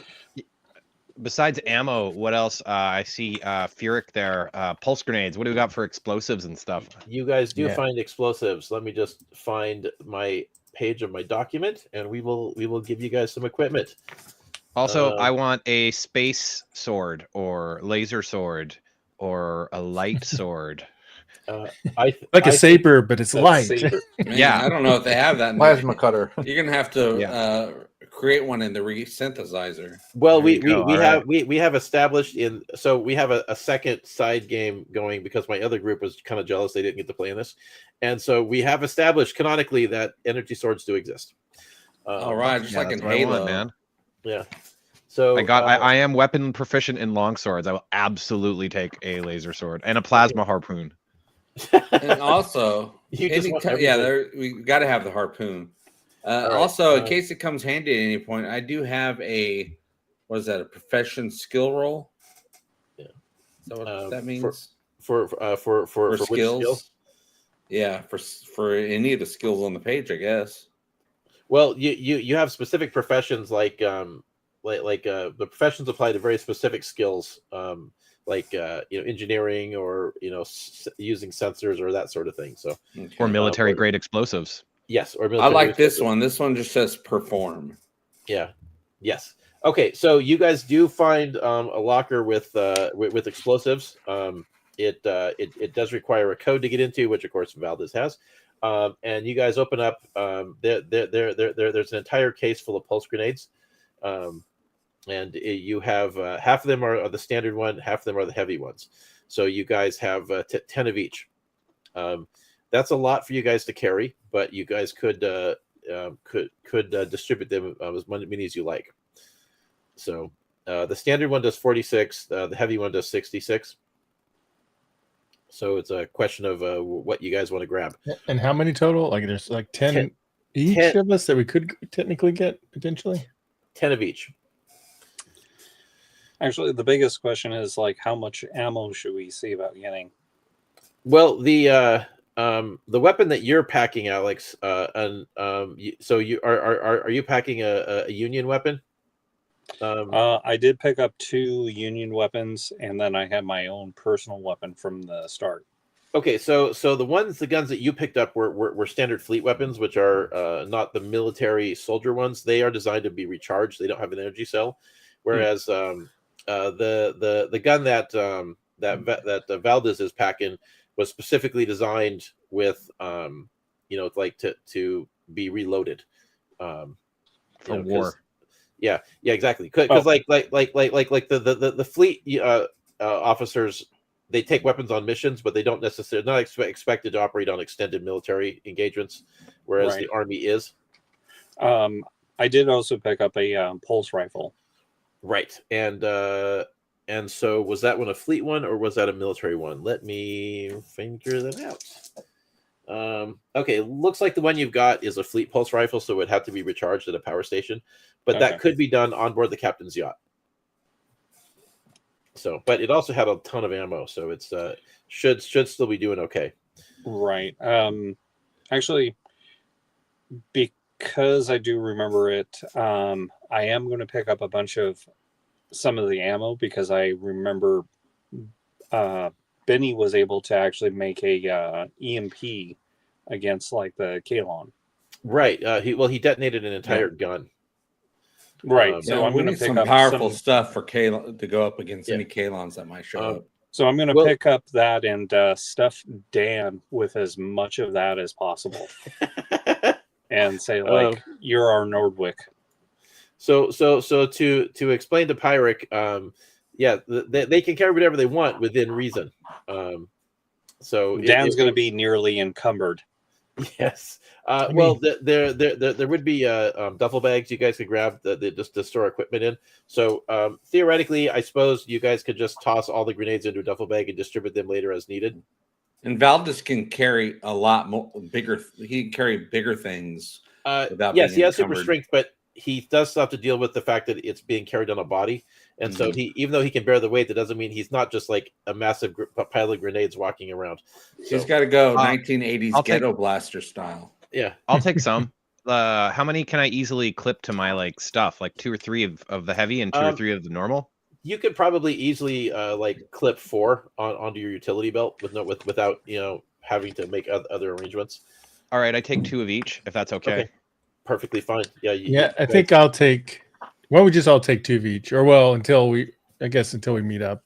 But we could just spread them out 2 each. Yeah, and the rest can just go in the duffel bag. And then, is there any cool melee weapons in here, like the laser sword? Yes, we are going to say that we're going to give you a force sword, which is going to be like a sword that it generates a force field. It would be kind of like those the batons they had in Futurama, except they don't suck. Okay, ancient melee weapons. So what you're going to have is a long sword. And it is going to do a base damage of a D10, and if you're wielding it two-handed, it can do a D12. Copy that. Okay. Don't forget about the plasma harpoon. Yeah. I don't know that a sword or a spear would be a likely thing to find. Well, okay. Can I take a pistol just for a backup weapon on me? If you like, yes. Yeah. Yeah. You could grab one. It'll do. Well, you already had a pistol on your sheet, didn't you? Well, I didn't know. It's not listed on weapons. I'm proficient in it, but I wasn't sure if I had one or not. Let me see what I have you listed here. Oh yeah, you were just packing a rifle. Yeah, so we'll throw you in with a with a plasma pistol. Okay. And I just need a deck of cards. I'm gonna do it Gambit style with my pheromones. Grab a card, rub it on my pheromones, and then throw it. Yes. Oh yeah, right. And then you hit people and boom, you've been pheromoned. And get you them could just like carry darts. Yeah. Those get too heavy. Yeah. I'd rather have 52 cards than 52 darts. True. Getting all Gambit style. Oh yeah. Okay. So the area of the ship that we're in has no power, correct? Correct. It's there might be a little bit of emergency lighting, but it's whatever power was in like the emergency light itself. So it's a lot of flashlight work. This is primarily like crew barracks area for the soldiers. Question: if we like struggle for power stuff, if we just need a temporary power burst, could we use some extra weapons and tap into their power supply? Is that, I don't know how powerful those power supplies are. They are not necessarily designed for that. The pistol's designed to be basically detonated, or discharge the weapons. Like it would probably take somebody like Benny to be able to do that. Who's an actual engineer, is very familiar with how to jury rig shit. And can jury rig stuff. I have faith Benny. That's also one of my professions. Yeah. It's jury rigging. Speaking of Benny, yes. I'm sure at least Cheshire and Valdez would know this. Yeah. Or suspect this. I am proficient with all energy pistols and rifles, military and industrial explosives, and all particle wave weapons. So hook me up, boys. I currently have a particle wave pistol, and because of my body type, I really can't carry around too much stuff. But I'm running close. I mean, I can always recharge it, but that doesn't mean you guys couldn't have, some other toys or something around that I can get into, because that was what I designed this character to do, to get in somewhere, blow the crap out of it, and get out. Yeah, our boy here lose out. Our boy here is a saboteur. So I'm going to get one of the duffel bags, and I'm just going to Christmas it up. Okay, just pile in a whole pile of guns. Yep, it's Little Elves and Santa's Workshop ready to go. Okay, all right. And we need a loading up with weapons montage. Yeah, exactly. A lot of twirling on your fingers unnecessarily, and then putting and things guns, in the slots they go into on your back. Yep. Okay, so one last question, Marks. So your character is wearing like the light combat suit. They do have battle armor here. Do you want to try to upgrade your armor protection? Yes. Do they have more than one suit of armor? Yeah. What about me? I'm proficient with all modern military armor. Yeah, but you're kind of wearing the best armor you can right now, because it's specifically designed for your race. So let me see what I've got here. All right. So. All right. Real quick for the montage. You guys ready? Start putting on your weapons.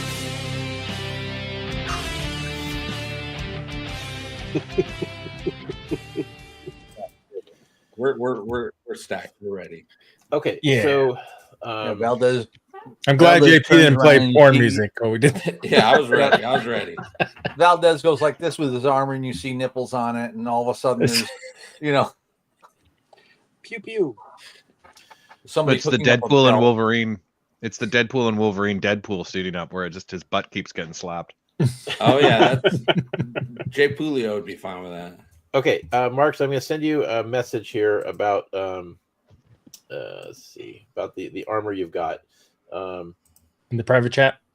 Yeah, well, I'll send it to you in our Discord thing. Okay. It's what I've got set up. So, okay.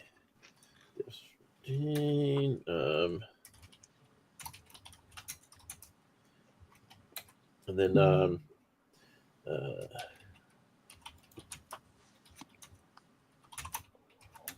then you've also got so yeah, you're able to find a suit of medium military grade armor. Okay. And so that thing about the helmet, I set it up so that I separated out the bonus from the helmet. So if you take the helmet off, you lose +1 to your defense. Okay. Which D&D has yet to do. Just saying. So some things on my RPG might be cooler. Oh, speaking of helmets, because I know that Benny generally uses a helmet, I'm going to pick up a helmet for him, and I'm going to pick up from one of the suits that we don't use. Yeah. One of the right arms. Wait, the right arm is for you? Yeah. Okay, so basically you're going to put a military helmet on a slime dude, and he's running around with a helmet over. Yeah, Benny's had a helmet previously. It's the Schwarzkopf part. Yeah, yeah. I don't recall. Well, I thought you had, like, as part of your gear, besides like the tech stuff, you had a helmet or something that you were like scooped into. I know that one of the miniatures I ordered had a helmet on it, but maybe that's why. But I ended up carving it off. Okay. Yeah. Yeah. So, but if you ever want one, I got a pooper scooper in my pack. If you yeah. All right. Benny is in the all together, and that's he's fine with that. Yep. All right. So let's pivot back to Benny and Jay Pulio. You guys are searching around, and you do make it to one of the sensor clusters. Okay. And this section's is underpowered, but you do know that it is a section with like the sensor cluster's intact. It just needs some energy. There is a possibility you could fire it up if you like basically ran some conduit and connected up to one of the emergency batteries. Okay. So if you wanted to give me an engineer, since you guys have both have engineering skills, we if you're working together, we could give Benny a +2. Okay. What about my jury rig? It's essentially a jury rig situation. And also, my first feature is jury rig. Right. So you guys are going to work together. So that's going to be like, since Benny has the role, he's going to roll, and because of Jay Pulio having that skill, it's going to give Benny an extra +2 to the roll. Nice. Because you guys are working together. Men. Here we go. And then JP, you also had skill points, right? In which skill? I think one of your didn't you have skill points as one of your special abilities? I don't know what you're saying right now. I have the skill roll available. Let me pull up the class. The one that had the pilot. I don't have cultural knowledge of what you're talking about. I have pilot +2. That is okay. Let me just pull it up here. Pilot. Okay, so you have one of your special abilities was skill points, which you picked up. And so, yes, so you have something called a special proficiency. Okay. And when it gives you 2 skill points, and spending a skill point gives you a +1d4 to a skill check. It has been a couple months since we played your character. Now you can donate that bonus to Benny if he needs it, or keep it for yourself. Do you need it, Benny? I don't know. I haven't done my roll yet. Okay. I'll wait and see what happens. If he needs it, he's got it.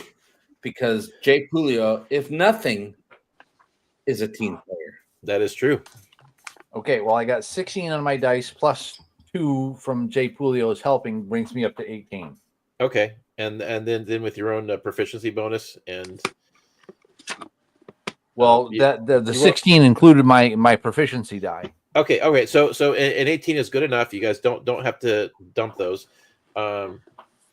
Where have I been? I only know of one of you. Well, Richards might be a new viewer. Hey, Richards. Well, I'm very aware of Richards, but not on the RPG stream. Yeah, should we do Dr. Doom Richards? Yeah. We are doing an RPG game based upon my 5e compatible RPG called Cyber Symbiosis. Alex will hold it up. And nice. Yes, thank you.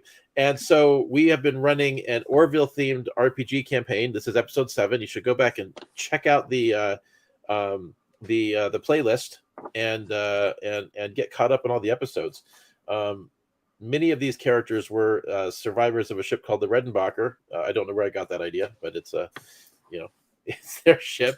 But yeah, you should go back to the beginning and check out the series and give some views and share it. Tell people about it. It's super cool. And Woody is our quantum master. Yes, I'm Jay Pulio, a Retepsian pilot. Everyone else sound off. Yeah, and after this, we have 2 more episodes in our season, and we'll be deciding if we're either going to have an epic conclusion or continue. So we'll see where that goes. But anyways, yes. So an 18 is good enough to route some power conduits to the sensors, and you are able to activate. Exactly. I will activate by hitting this button. Okay, so I need a proficient intellect check to use the sensors, because there is going to be like a panel on the cluster where you could operate it manually.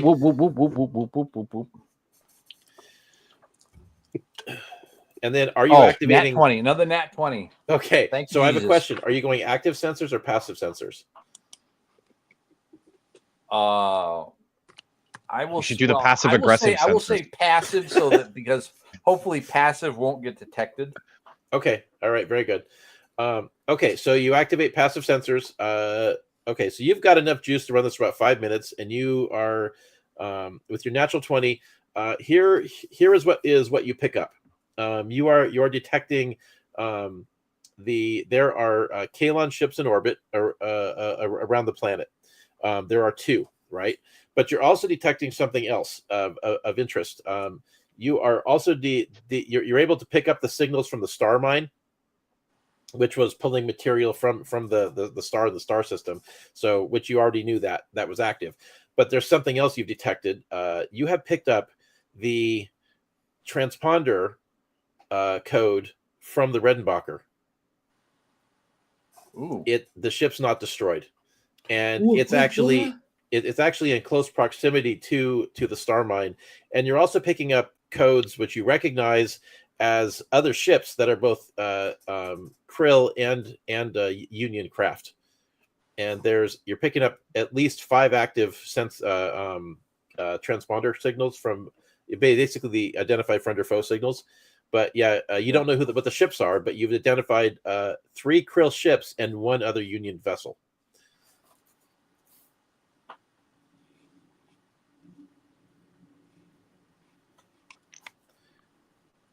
Okay, I'm just making notes here. And real quick, I just want to say, yay, the Redenbacher lives. It survived. But you guys are abandoning ship because the Redenbacher was overrun.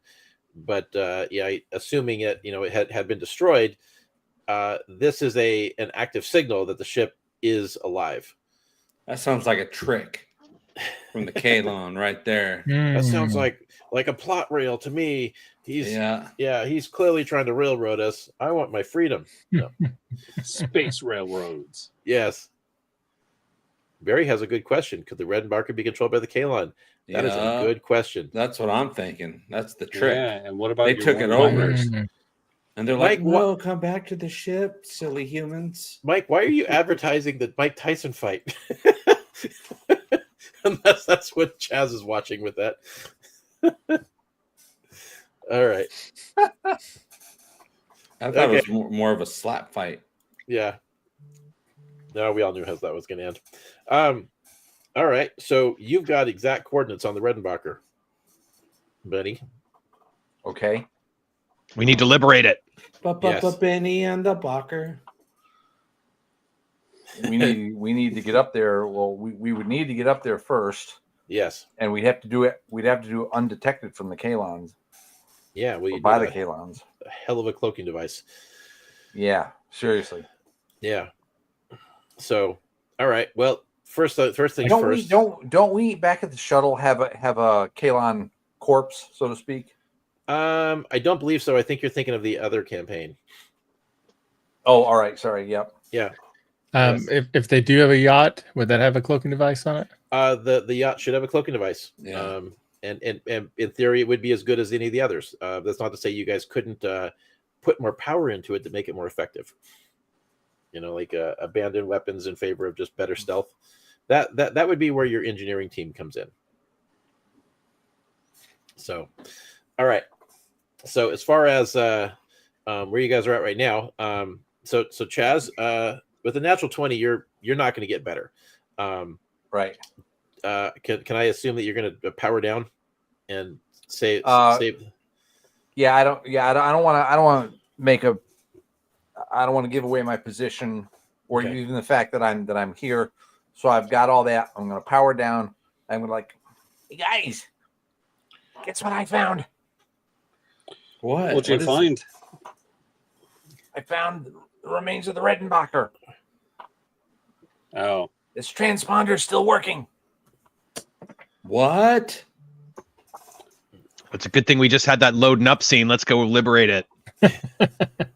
Get some space freedom. Yeah, we're armed and ready to go. Yeah. I'm taking off my shoes for this one. Let's take the captain's yacht and fly it right in. Yeah. Do it. Let's get this yacht out there. Let's see if it's still intact. Yeah. Yippee-ki-yay, Mama Jamma. Yeah. Oh, by the way, Chaz, I just remembered something. So I have a special order of dice coming. That'd be perfect for you. It's a D20. It only has 20s and 1s.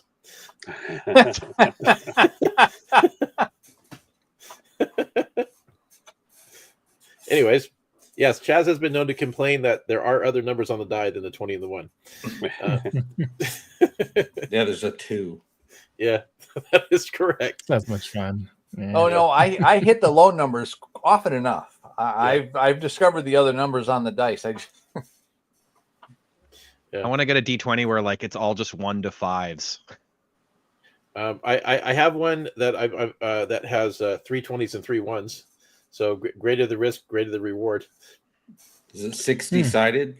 No, it's not. It's a 20-sider. So Benny, you're what is your current location? We just got to the armory. He is in the top of the ship. You guys are at the bottom of the ship. You have to talk louder so I can hear you. Oh. Benny, so you're at the top of the ship. We just got to the armory. Should we see about rendezvousing? Yeah, if you can make it up to the I didn't I already give them the coordinates for the captain's yacht? Yeah, they are locating it right now. They're nearby. I'll be I'll be right down. Yeah, it's just we'll be right down. Yeah, as quick as you can. The problem is not getting there. It's the fact that this corridor is blocked. Okay, we're gonna go this way. Oh, this is blocked. We got to go through this tear in the wall, and then no, we got to crawl down through this hole into a lower floor. Crawl through this this tunnel. It's that go kind of through stuff. the radiation, slog through the sewage. Right through the choppers, and then you're there. Right. Okay, so I have a question. Is Valdez, do you want to open up any of the other doors in this section, or you just want to take what you got and keep keep going? I think we need to get a yacht. What else would be in the section? Where's that sex room? What about medical supplies? Any room. Well, the medical supplies would be in a different section of the ship. You would literally you would have to find the med bay. There is a possibility that they might have emergency supplies, but those are not in the room where the all the weapons and gear are. There's possibility you might find some emergency medical supplies in the barracks area, but that's another one of the doors that's wedged shut. But there are emergency supply caches and hatches in different parts of the ship. You might find one. If you guys wanted to try to reach the med bay, that is possible. It would take longer, but how far away would that be? Well, the med bay would be a couple decks up. So you guys, it actually is more likely that Benny and J. Puglia would find it could reach it on the way down. If you guys want to reach the captain's yacht, it would definitely be a delay. But the captain's yacht would have medical supplies on it too. Oh, it's just, Let's go to get. Let's get to the yacht. Yeah. The reason why you would go to the medical bay would be for like crazy shit, like a new cybernetic hand for Cheshire or something. So I'll send a message to Benny of like, could you stop by the med bay? Yeah. Please get me a better hand. Need upgrades. Yeah. Let's get one with a Guys, vibrate give me setting. some boom boom stuff. Yeah, I'm tired of this Evil Dead shit. I want a real hand. I mean, it's groovy and all whatnot, but still. Yeah. So, Rob, the joke we're making is Alex had a cybernetic hand that got destroyed, partially destroyed during one of the fights. It got reduced to 1 hit point, and so he's been wearing an armored gauntlet over it this whole time to keep it protected. So that's why we've been calling it the Evil Dead hand. Yeah. So. All right. We could always jury rig a pulse sword onto it for the chainsaw vibe. There you go. Yes. Yeah. Get a holographic emitter. You're like a chainsaw. That's groovy. Yeah. And then all of a sudden you're like, I can't lift it. It's too heavy. Yeah. All right. So okay. All right. Well, you guys are proceeding, and let's see what are the chances of another. Hey. All right. Cool. Okay. So you guys, as you guys are moving through the ship, you end up encountering. You're reaching the corridor that should be leading to the captain's yacht, but you happen to hear voices up ahead, and you definitely see some light flashing around as if somebody with a flashlights are moving around in the area. So if anybody wants stealthy? to, yes, you have to make a stealth check if you want to approach. I just gave my dice over here. Oh. Party foul! Your dice weren't ready. I let the team down. All right. So Kev got my nice wood case. Oh yeah, nice metal, sci-fi metal dice. Very cool. All right. I still prefer plastic. They kind of roll a little nicer, I think. But oh wow, okay, I get 8 for a stealth check. Okay. Okay. So my new sword. Yeah. So we're gonna focus on the 3 of you. The other characters are hanging back. Valdis and Cheshire, would you guys like to give me stealth checks? All right. Oh sure. Yeah. Stealth. Yeah, 6. A 6? Or what? Let me Okay. make sure I'm looking at my. Yeah, that's right. Oh, Or no, wait a minute. I stealth +2. Is that? Do I add my agility to it? Yeah, Or you're gonna how have does that work? disadvantage on stealth checks, by the way, because you're wearing heavier armor. I forgot to mention that in your stat block, but Uh-oh. yeah. So roll again. You might roll lower than a 6. I actually wrote another 6. So Okay, it's perfect. All right, Alex, what did you get? 20 on the dice. Okay, so Oh. dang. where did Alex I go? pulled a CHAZ. Yeah, you got the indirect advantage due to the clumsy loud guys. So yeah, the armored guy is suddenly making a lot of noise, and you manage to slip into like a side alcove and are hiding there. And you guys hear down the hall someone going, "Did you hear that? We should check." And then you can see the flashlights getting closer. Can I leap up to the ceiling and hold myself up? Like Spider-Man. Like Spider-Man. No. Oh. Well, it's definitely not Kalon. That's No. definitive. Yeah. There are probably other salvagers. Yeah. Oh, how did Dan do for his role? Dan, right. He's Well, frozen. I was having those guys hanging back. Dan and Focus Okay. are hanging back. Yeah, so it's mainly like the actual active player characters I'm concerned with on this one. But he's far enough back that he doesn't have to roll because he wasn't going to be heard. Plus, you guys didn't give him a gun. Yeah, Well, he don't need a gun. He's Wasn't even drunk. one. Yeah. He's drinking. Last game, you guys barely cared if he survived. It was lucky. Oh, nothing's changed. Okay. All right. And also, if anybody needs to know, I know exactly where the med bay is on the Orville ship. I mean, it doesn't have to be the same place on every ship. Oh, because of the book? Yeah, I got the whole ship map right here. Nice. Nice. I think the two of you would know how to find the med bay. It's just a question of like your how long it'll take you to get there. And actually, let me see. How bad is it? Okay. So you guys are arriving at the med bay and finding it largely destroyed. If you guys want to get any, I mean, there's maybe things you can salvage, but it'll take a little while to to find anything useful. So it's a question of do you guys want to spend time exploring it, or do you just want to say screw it and be on your way? Doesn't dude need a new hand? He does need a new hand, and they might find it. But do you guys let them know that you're going into a combat situation? Or potential? I would radio him. I don't know if anybody else, but yeah, I let him know. Okay. Potential. We're not alone. Yeah, let them know we need Dan. Okay. All right. Well, then you guys are also aware that they found the captain's yacht, and there is a potential combat situation down there. So, if they radio me and let me know where they are and that they're going into the combat, could I potentially throw up a force field? Oh, control stuff from the other side. Yeah. Try to find that's a good question actually. Give me an engineering check. It's proficient.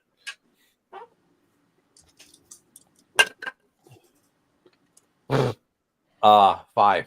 Okay, no. No, you're not going to be able to do that remotely from talking to the bridge term. Well, you have to be at the bridge, but maybe if you got there, you'd be able to. It's just a question of but right now, no, there's no chance of that. Okay. You're in a heavily destroyed section of the ship. All right, so here's what I need. I need the three of you who are down there in this encounter to give me perception checks. Okay. That's me? Yes. Me too. No, just Alex, Robin, and Marks. I got perception. I got 18. 18, perfect. Yeah, I got 6. 6. Alex, what'd you get? I got 18 total. Okay, so the two of you who got the 18s, you guys can definitely hear people approaching, right? And it sounds like there's probably 2 people coming in your direction. And Alex, you know that if you stay in the alcove space you're in darkness. Unless they shine a flashlight directly at you, they probably would never know you were there, right? So what I'm going to do as they're getting nearby, I'm going to play my device that I've used previously to have one of the animal noises. Like a space rat. Or the monster you were just fighting previously? Yeah, something like that. Okay. Just like or Jade Polio and heat, whatever. Whatever works. Okay. I mean something that's horrific. Okay. Let me know if you need any of this. You can have it. Yeah. So no. Okay, it's going back. So the 2 noisy guys, in order for that to be really effective, they're gonna have to back off and take cover somewhere without making another round of noise. Right. So Rob, you actually would be rolling stealth at disadvantage as well because you're in armor. So I would need, if you guys would like to try to hide yourselves again, you're both going to have to make stealth checks with disadvantage. Otherwise, we're probably just stand your ground and see how it shakes out.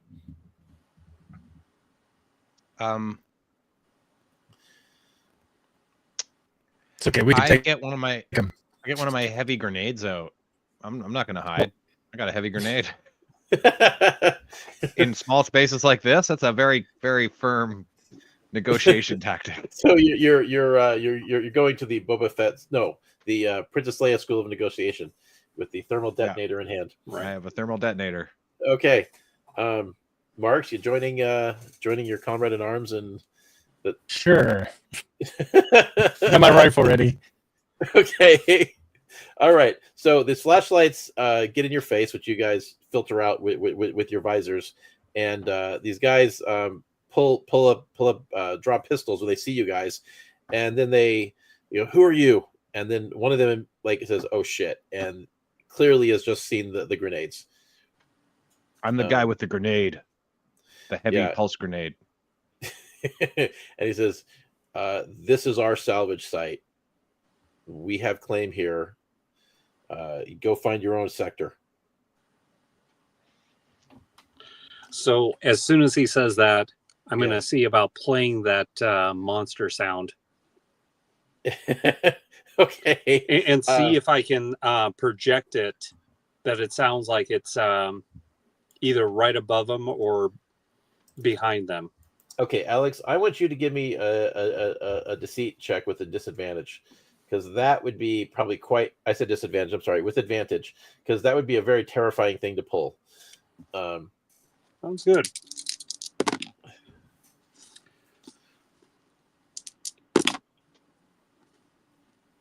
Okay, second roll is much better.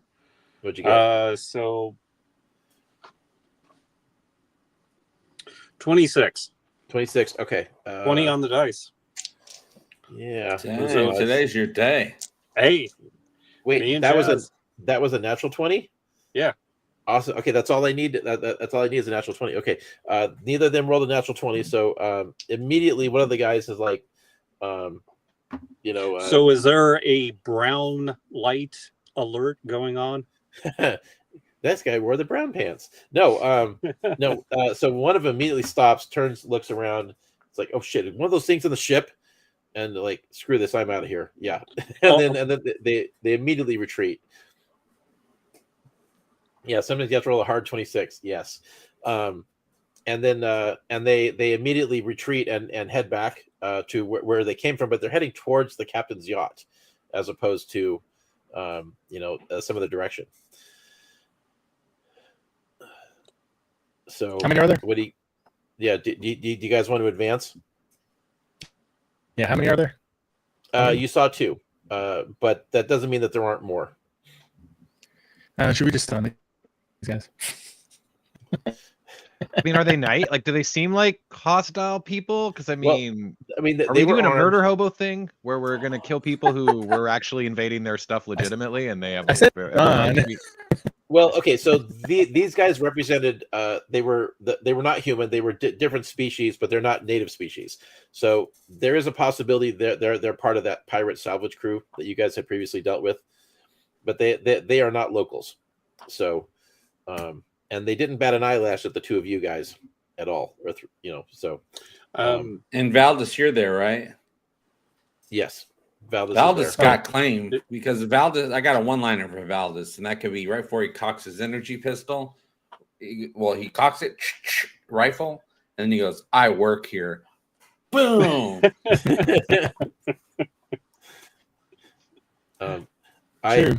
I think Happy Arbor Day was an awesome one-liner. Oh, that was a good one. Yeah. But I also prefer "You Got Wood." Yeah, Happy Arbor Day was better. I think that's what the joke was supposed to be. Is Happy Arbor Day is better, but they all like "You Got Wood." Yeah. Actually, does Dan recognize the two that came up, or is he too far away? I think it would have been too far away. But you guys, your helmet would be able to play back. Would have the gun camera, so it would be possible for you to play back facial recognition on that. Do you want to do that? Yeah, see if he recognizes. Send some spam to Dan. Yeah, it would definitely be like your two soldiers would definitely have that capability. So, and yeah, Dan takes a look at it and says, "Oh shit, that's my crew." Oh, we need Dan. Dan, so far away. And you guys did see 6. Don't like us, right? Yeah. No. Well, they don't know what you did. They don't know that you stole their Humvee and beat up their boss and locked her in a room. I borrowed. Yeah. Yeah. But this does confirm there's probably 6 of them, because you do know there were 6 snowmobiles up top, outside. So you are going to be outnumbered, for certain, at least if it's just the 3 of you engaging in this. So I'll definitely send a message to J. Pulio and Benny about, like, we encountered part of the raiders. They're here, and they're near the yacht. You've reached Jay Pulio. Sorry, I can't come to the comms right now. All right, we got to send Dan down there. Dan, get your ass down there. Yeah. So the question is are the two meat shields going to advance on this situation? I mean, we can shoot them in the backs, or we can move forward. Yeah. And when I say shoot them backs, I mean weapons stun. right now. I mean stun. Yeah, you mean stun. I mean, at least for me. I don't know what a Creel would do. Yeah. Probably stun with lethal force. Yeah. Intense stun.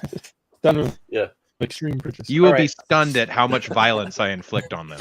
Stun intensifies. All right. So are you guys advancing?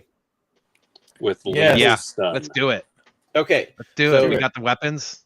Yeah. Yep. Got weapons. Right, You're probably both dual wielding right now. We just shoot in the back. One of you is right now. Do we get a surprise attack? No, it won't be a surprise attack because they know you're there. In order to get a surprise attack, you'd have to make a successful stealth check. Okay. Also, can we get at least some intel from Dan about this crew? Yeah, he definitely give you guys some intel. They are basically it's like they're all like capable, but they're like kind of like junk runner guys. Like they're welders and salvage experts, and they're are they good shots? Are they good shots? He says, well, they're better than me. They're just like the people that were building the Death Star before Luke Skywalker shot him out of the sky. Well, they're basically a bunch of Union men. They're a bunch of rogues and pirates that also know how to run, have some engineering skills. So, as a group, they're going to be a threat if they're willing to stick it out. But they're not here to fight. They're probably here to salvage stuff from the ship. Okay. So, since we can't get a sneak attack, why don't we just pull our weapons and say, you don't understand, we have authority here, you need to back off. Why don't we do that? And then at least give them a chance to back off. Try to intimidate them to back down. That's not a bad idea. Maybe there's a code word or something that Dan knows. Give them the code and the word, and they think you guys are friendlies. Go ahead, Alex. I was going to say, we could probably get them to basically see about doing that, maybe with offering something that basically is just base value. Well, first off, as you guys are advancing, right? You do reach a point where, like when you turn a corner, somebody opens fire with a rifle and basically gives a warning shot to kind of establish the part where you don't cross. And this would be the line for communication. And peeking around the corner, you guys see that they've kind of got themselves set up with like a bit of a defensive barricade. They've thrown some bulkheads in the way, and you can see that somebody is definitely going to town with a cutting torch, attempting to open a door at the end of the corridor. Now, what kind of weaponry could they possibly have that matters compared to what you guys have? I mean, you guys would be running into like a kill zone. Not to say that the two of you couldn't handle it, considering that you now armored up. Both of you are armored up. But, I mean, we got grenades. If we really wanted to go that route, that is true. Down there. Are they stun grenades? Yes, they will violently stun them. They will stun you. Yes. Yeah. And then to death. Yeah. So my arm got stunned off over there somewhere. And so one of the so there's a voice comes down the corridor and it says, I know that you don't actually have a monster. We will defend our position. If you advance, we will open fire. What if Crouton just shows his face? Got a monster. Yeah. Right. Yeah. We got a space vampire. Yep. I suck. Yeah. Blah blah. The run around the corner too, where they're at, which as far as you guys can tell, is probably the entry point to the captain's yacht. It's about a 15-foot stretch. You could make beyond them pretty fast, but at the same time they'd get some solid shots before you guys made it to them, if they're ready and prepared. Yeah. So, what you guys want to do? How do you want to handle this? Am I able to talk to everybody or? Yeah. The whole party can communicate. At the moment, Benny and Jay Puglia would be on their way here, but they wouldn't. It's not a quick climb to the ship. Is there any kind of distraction we can put forth to distract them just long enough to take out a few of them to make the fight more fair? Actually, Benny, do you know offhand if there's another point of entrance to the yacht? To the captain's yacht? Yeah. Can I access the deck plans? Well, guide them.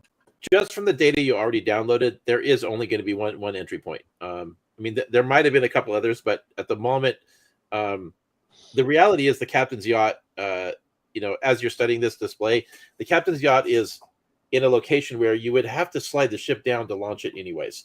So it would require triggering the thrusters to make the ship move in order to get the captain's yacht to drop out of its cradle,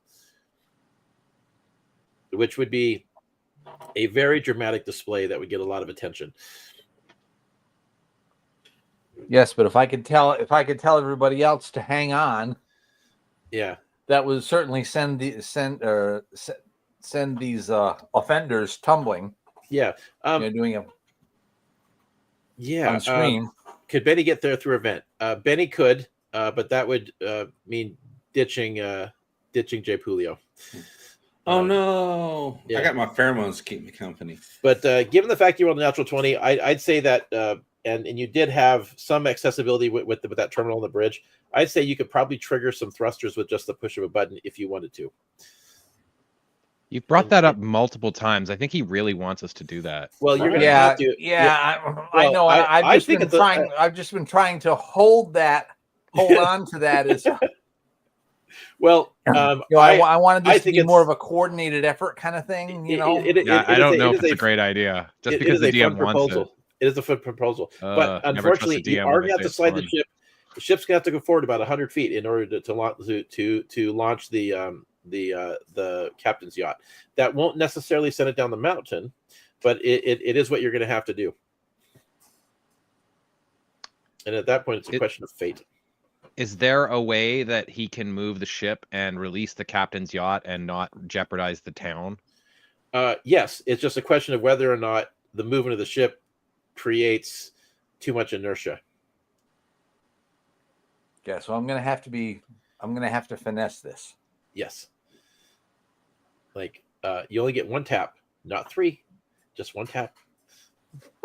One roll. Yeah.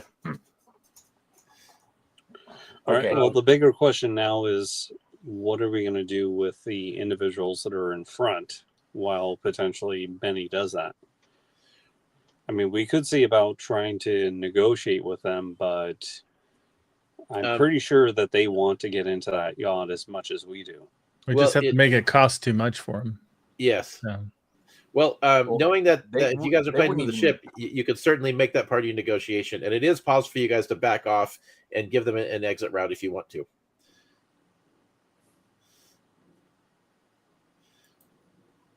So give them a threat about the whole thing for them to think about while Benny is still making that gives Benny more time to get to where we are. Yeah. Stall. Yeah, it'd probably take Benny about 5 minutes. The two of you to get here, it'd take you about another 5 minutes to crawl through the ship and reach where the party is. But they might be close enough to cutting through that 5 minutes might be all they need. We just need to take PillQuest gives us the file, the porn file. We play the sounds. And we have a swinging party over here, guys. Come on down. And we just shoot them. Yeah. Well, I think that'll work now. No, I say use the ship in our if we can control the ship anyway. If they're behind the ship trying to get in, and you at least fire up the thrusters, not turn them all the way on, but power them up. That might be enough to get them to back off. Like, whoa, what's happening? Well, we have to make a decision. So, guys? What was the name of the lady that was in charge? Good question. That's on a different page in my notebook. Hold on. Woo. Yeah. I don't suppose any of you guys wrote it down. No, don't remember. Sorry. Yeah, it doesn't matter because you're not going to meet her again. Okay, hold on. Nope, that's not it. Here we go. That's not it. Probably Karen. Yeah, probably Karen. Space Karen. Yeah, Space Karen. Okay. She went full nuclear Karen. Her name was Sherry. Sherry. Oh yeah, I knew it was something, relatively Earth-like. Well, because she was human.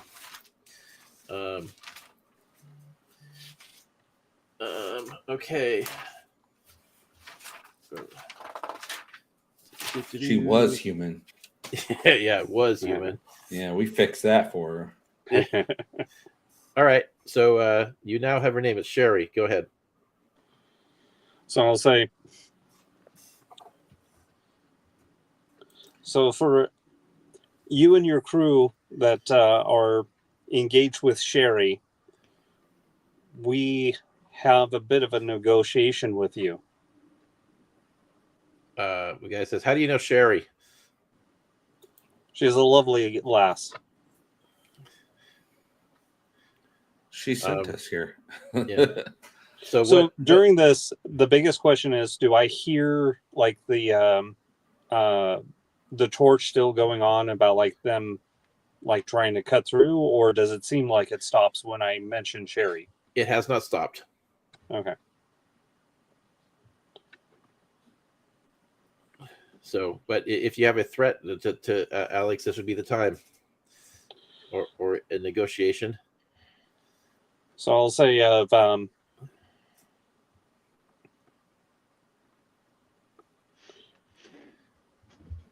we have something that Sherry wants, and there's something that we want over there. I want to make a proposal of a trade. I'm listening. Goes, if you allow us to get what we need from that area, we'll get you a full, and I'm going to use a deceit to see about saying that. You know the thing that we blew up on the train? Yes, the particle cannon. Yeah, cannon. Yeah, the ship cannon. Yeah. I'm going to say that we have the ship cannon. Another one. Another one. Well, that's pretty awesome. There's a whole bunch on the ship. We can extract them. We got it ready to go. I see. And you're offering that?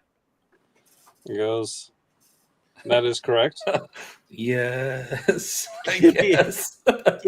Give me a deception roll, Alex. Okay. Natural 20. Here we go. Come on. Yeah.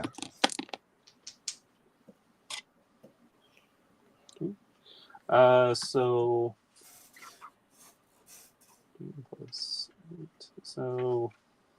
22. All right. He says, okay. All right. What else you got? And then I'll say we have a relay system that will allow you to do a better cloaking system than what the normal Union has. That's also quite a claim. Roll it. Okay. Come on. 19. 19. Okay. It says, can you prove all this stuff? So I'll send a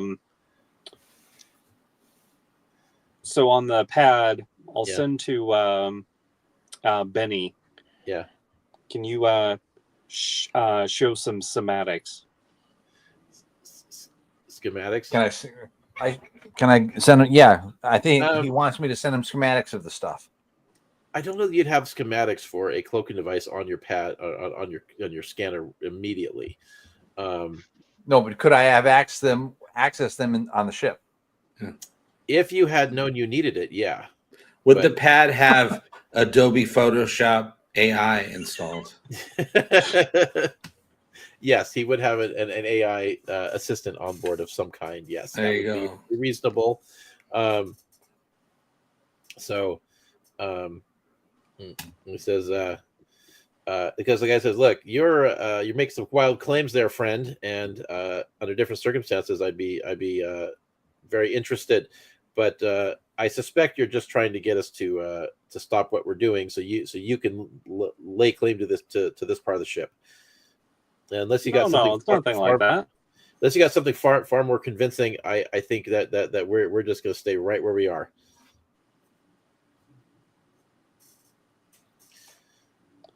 It goes, know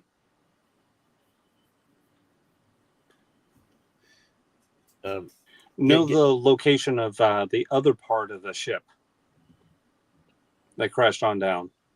Yeah, we already know where that one is. The impatient soldiers can chime in as well at any point. You guys don't have to wait for Alex. Just shoot him. Yeah. This is getting out of hand. I'm ready to go to war. Yeah. War is here. Yeah. War is won by soldiers. Anyways. Should we use diplomacy? And I have like diplomacy scrawled on my pulse rifle. Diplomacy rifle. That's amazing. It should be two guns: diplomacy and negotiations. Yeah. And then the pistol is strong language. I love it. Well, what's it gonna be, guys? Are Jay Pulio and I there yet? No. But you're getting close. You guys would be probably one deck up at this point if Alex was looking to stall and buy you time. Yeah, maybe we should stall until our friends arrive, and then maybe that will change their minds. I'm beginning to wonder if we could come in on like on the other side of this bulkhead or whatever they're trying to cut through, and surprise attack them from the back. That's possible. So let's see. He just burst out like the Kool-Aid guy. If Benny was able to go through a vent and land on top of the yacht, would he be able to ooze into the yacht and gain access to it? That is a very real possibility, actually. Yes. Yeah. Could I control the rest of the ship from the yacht, though? Could I control the thrusters from the yacht? If you can get into the yacht, that opens up a lot of options. Let's do that. I like that. All right, Benny. You're ditching out Jay Pulio. You're oozing into a vent, and let's see. Yeah, I don't think there's anything that would stop you from doing that, because it would just be basically moving through maintenance hatches. So yeah, you actually end up in a space that is like this thick that only you could fit through, and you're literally oozing on top of the captain's yacht at this point. So it'd just be finding a spot that you could get yourself in, and that would probably be just in an external airlock. Okay, great. So, all right. So as far as you guys go, however, Benny's doing that. Are you guys just going to try to engage in a conversation and delay it, or are you going to? Yeah, I mean, unless the two of you. So actually, I will go and say if Well, the reason why I ask is because the way Rob was carrying on, he's got to be itching to throw a grenade at this point. Fair enough. But you might I'm a little worried yacht. because it's a ship. Yeah, I'm a little worried about grenades in enclosed spaces are never a great option. They won't damage the ship. Might damage us though. Yeah, just shoot a warning shot across their face. Yeah. Just as long as it's not up their nose. Oh, yeah. A warning shot into their neck. Yeah. Hello, lone puppy. Okay, so I mean, what's it going to be? Are you guys going to pull some shit? Are you going to You should take that lightsaber and go for it. Just run in there. Do we have? I bet you could totally deflect the energy beams. I knew we should have taken one of the gender reveal grenades. That would have been like a soft impact.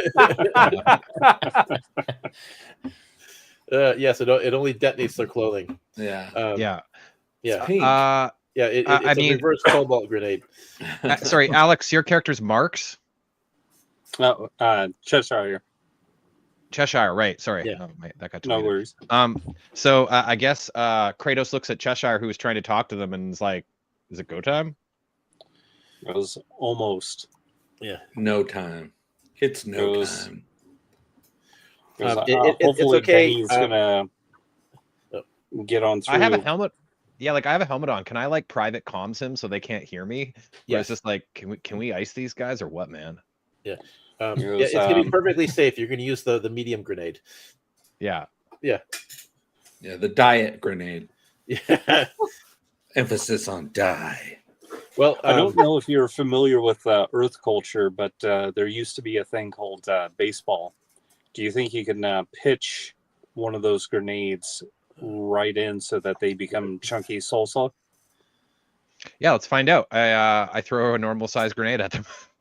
And when he throws, I'm going to throw too. The Union is going to be so mad. Yeah. Well, but these are not Union, people doing that. Yeah. Oh, I that's throw a normal pulse grenade. Yeah, it is a All krill right. and a pirate, so it makes sense. And we're not technically there. Okay. So funny thing, your character started with 3 luck points. Technically, I don't believe we've only used one of them. So you actually have 2 luck points available for your character, Rob. Cool. So I used a luck. I basically gave every character on my RPG the luck feat. Okay. Except you don't get it back every day. You have to earn it back. So, yes, you would get a reroll. Both of you give me roll to strike. So it's going to be used if you guys are. Alex, are you proficient with grenades? Nope. Okay, so So Alex, it doesn't get the. I'm gonna back up. Yeah, Alex, Come on, chunky salsa. So you're only throwing with your agility bonus. Rob is using proficiency plus agility. I actually am gonna back up and take some cover so I can be ready for them to come around the hallway. Okay, all right. Here. So Rob, your proficiency die is going to be a D4. Yeah, so it's proficiency D4 plus agility is 3 plus a D20. Yes. All right, here we go. All right. Ah! Oh shit! Oh man! I hope the grenade went better than that. Yeah, I hope you have shoes on, Rob. Lost a metal caltrop on the floor. Oh no, I know exactly what you did. Oh god, this is the worst roll ever. This is why I didn't want to start combat. I'm the guest, and I'm gonna mess you guys up. I get 13. 13. Okay. Do you want to use a luck point to re-roll anything? Yeah, I do. Yeah, okay, I do. You can I can re-roll re-roll everything? the whole thing or just a D20, whatever you. I'm gonna re-roll the whole thing. Okay. I'm going to also use a luck point. Okay. Oh shoot! Did you roll natural 20, Alex? Yes. Okay. Nice. I roll. This time I got 8. 8. Okay. Yeah, So when we were doing competent. the first playtest campaign for my RPG, the first guy to ever roll a grenade actually bounced it back into himself. So, I don't think an 8 should be that, but okay, let's do it. No. So what happens is your grenade bounces. It goes wrong. Goes ding ding in the middle of the hallway, detonates, and then Alex, yours is a natural 20. You wing it right between the bulkheads perfectly. And so it's going to go off in a confined space. Roll damage for me, please. 46. What was the damage on these things? 46. 46? Yes. Oh, now you're dehumanizing them, calling them things. Yes, they are things. These are people. They have families. Yeah. Not anymore. They're NPC families. But... 20. 20. Okay. So, Alex, we're going to double that because you winged it into a confined space where they had set up a bulkhead to protect themselves. There's a flash, and it blows the bulkheads off. Unfortunately, it also, the one that Rob pitched, weakens the wall. And so the ceiling starts to give in. And so you guys are in a situation where so the explosion kicks in, blows out that kills all those guys in one go, but then you guys are running the risk of the corridor coming down. So is there an opening to the yacht? Can we run for it? Okay, so you pop in. You can see that they were currently cutting open the door. Right, with your super strength, you feel like you could probably give it a good run. and you guys might be able to rush in and make it if you can get that door open. I'm gonna do it. Okay, you can go for it. Shoulder the rifle and go. Let's go. All right. I just need a strength check out of you. And great job stalling those guys. Yeah, yeah. You're stalled to death. So you can make that with advantage because of your super strength. Okay. Don't put my name on the report. Yeah. All right. So strength. What'd you get? Okay. I'm glad it was 2 because one of them was 1. So 17. It's a 19. 19. Okay, so you rush forward. You hit the area where they were in the process of cutting the door open. Body slam that thing and take it down, and then everybody's able to just rush through. And then what did the Kool-Aid Man always say in the old cartoon? Oh yeah. Everybody knows that one, right? All right, so the whole group of you managed to get in. The ceiling collapses and comes down, and you guys are now on board the captain's yacht. And then Benny, you also find your way into the captain's yacht. Sadly, however, because of this circumstance, J. Puglia was trapped in a corridor 1 deck up with no way to get in. Oh crap! I'm stuck, you guys. Yeah, just me and my pheromones over here. Yep. Your host has been screwed. You can meet us outside of your rocket pack. Yeah, that is true. He's going to have to get out and meet you guys. Yeah, I'll have to rocket pack out of this situation. All right, so you guys are in the captain's yacht. The lights are off, except for emergency lighting. It looks completely untouched, and it doesn't appear as anybody ever got in here. Good. Okay. Well, first we got to find out how trapped is Jay. I mean, is he trapped to the extent that he cannot get out of the ship at all, or he just can't get to the yacht? There are ways to get out. He just cannot reach the yacht anymore. Okay. The only way that Jay Puglia is getting on the yacht is if you guys launch. Let's do it. Well, I want to give Jay Puglia some nearby coordinates and say, okay, get there. All right. Is there enough power to activate it? Yeah, the thing is, it's a fully functional ship. It is connected, so it was correct. The thing is actually supplying some power to the ship, but it's a fully functional starship. All you guys have to you could just fire up the reactor, and you guys could just take off. And it is a better ship than what you had. And if you give the thrusters a little bit extra boost before you allow the ship to propel forward, you'll burn up the mess and get rid of all the evidence. Fair enough. Yeah. And I was wondering if we shouldn't institute the ship self-destruct. Yeah. Then tap the thrusters and take off. Well, in order to initiate a self-destruct, that would require J. Puglia setting an explosive on the reactor. I want to make sure I can get out of here fast enough. Yeah. Okay. Also, there would be no incineration of the evidence because it's using different technology. Yeah. It's not combustible. Yeah. So he would essentially have to find a reactor, set it to overload, or put an explosive or something, and then you guys would have, he'd have to get out. Hey, would he? Yes. So I'd like to, but only at the last second because it's more exciting. Yeah, exactly. Go right. ahead, Alex. And especially it's 1 second too. Yeah. Yeah. I'd like to access the panels and see about utilizing my code. Send me a DM. Remind me what your code is. 0000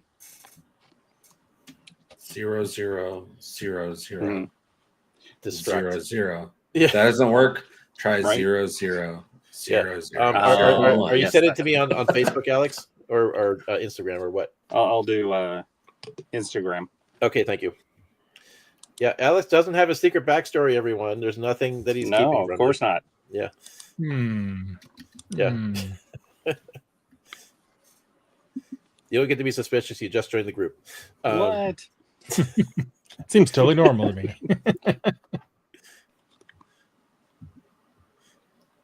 All right, Alex. I'm queued up and ready. What do you got for me? It's actually 12 digits. So you exactly. can guess what it is. Yeah, Alex is the slow typing. Okay, so while Alex is being all surreptitious, so you guys, there is an emergency bulkhead that will be able to seal the main entrance. You won't have that main door anymore, but it'll keep it barricaded in the event that you go into outer space.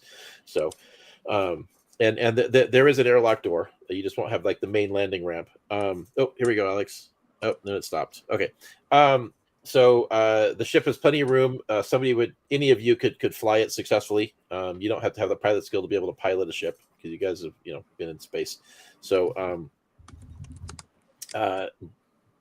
so CHAZ, yeah, are you popping the thrusters? Yeah. I've told Jay Pulio where to meet us. Okay. Tell him to He get dropped out. a pin. I got it. Yeah. Do you want to try to blow up the ship? If it is at all possible without blowing us up along with it, yes. Well, it is possible. What would the explosion do to the people down there? Remember, this isn't Star Wars. Right. They're probably going to die if you guys do that. But once the ship starts moving, they are going to get the hell out of there as fast as they can. So there'll be probably a lot of dog sled, and skiing. So give them a warning with a little pop of the engines first. Yeah. Give them some time to rumble. Yeah. Them to rumble for a bit. Yeah. Let's do that. Yeah. Yeah. They'll rev it up a little bit. All right. Can I set off the alarm klaxons? That should really. Yes, that would actually. Yeah, you could probably set off some alarm klaxons. Yeah. Okay, so I need you to give me this is going to be a jury rig thing, but yeah, just give me a jury rig skill check. It'll be we'll base it on agility. Okay.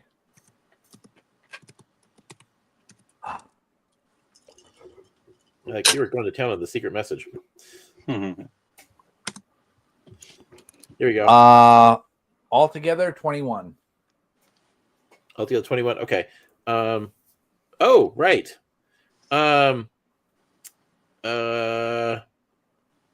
You want to say? Are you sending a message, or are you just trying to put in? Yeah, sending a message, and also that would have to occur out in. That would have to occur in space. Okay. Yeah. So all right. So you said 21. Okay. Yep. So the ship rumbles, and it slides just a little bit, and that would immediately get the attention of the people down there at that base camp. You guys will not know whether they're reacting. You have no way to know if they're going to be safe or not, or how quickly they're evacuating. So, do we have sensors that we can tell?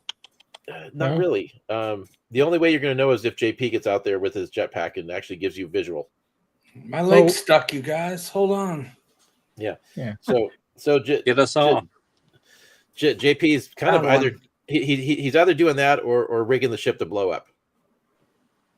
Yeah, let's just say I'm rigging the ship to blow up.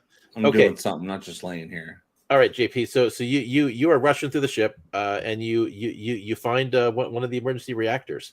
I'm going to need you to give me a jury rig. That's going to be based on agility, which should be one of your better stats. Is that the D20? Yes, a D20 with proficiency with your agility bonus. What's the proficiency?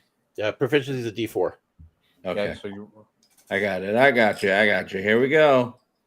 My first roll, you guys. Ooh. Oh, damn. That one popped out, but it still landed. What'd you get? Oh, I got an 11 with, what'd you say, agility? Yeah. Yep. 13. 13. Okay, 13. Okay. So you have it priming up to blow. It's powering up, but not with quite as much certainty.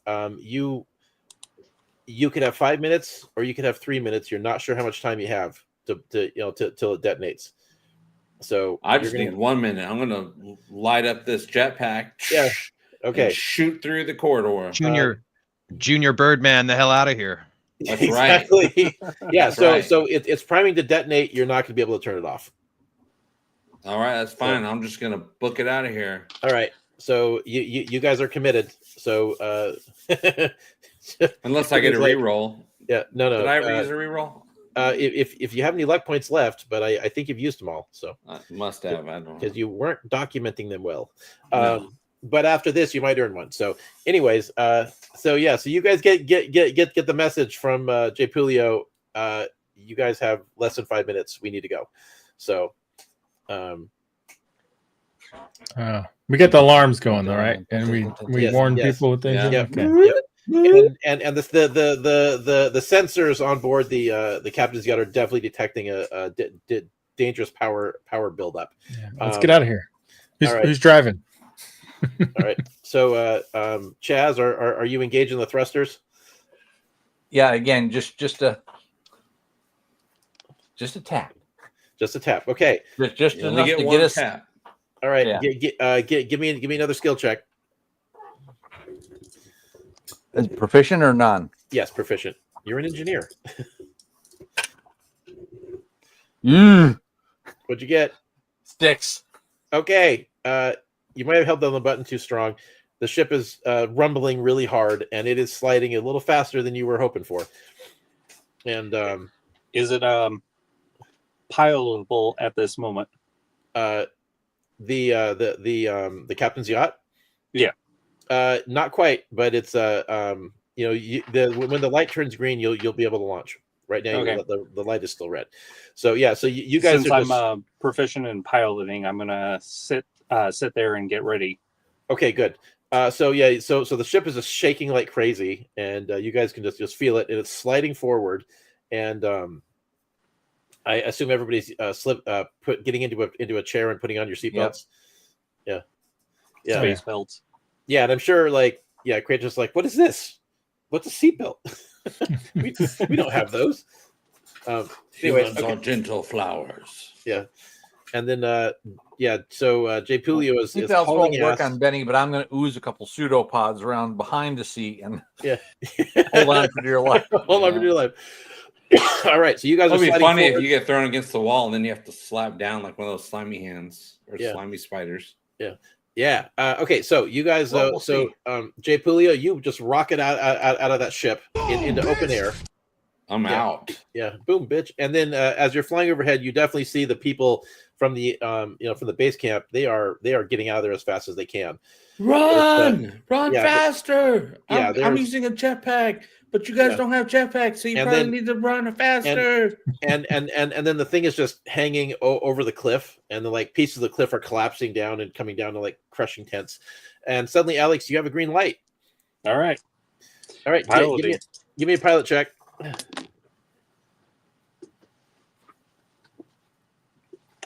19 on the dice +4, so total of 27. 27. Okay, so the ship drops in open air.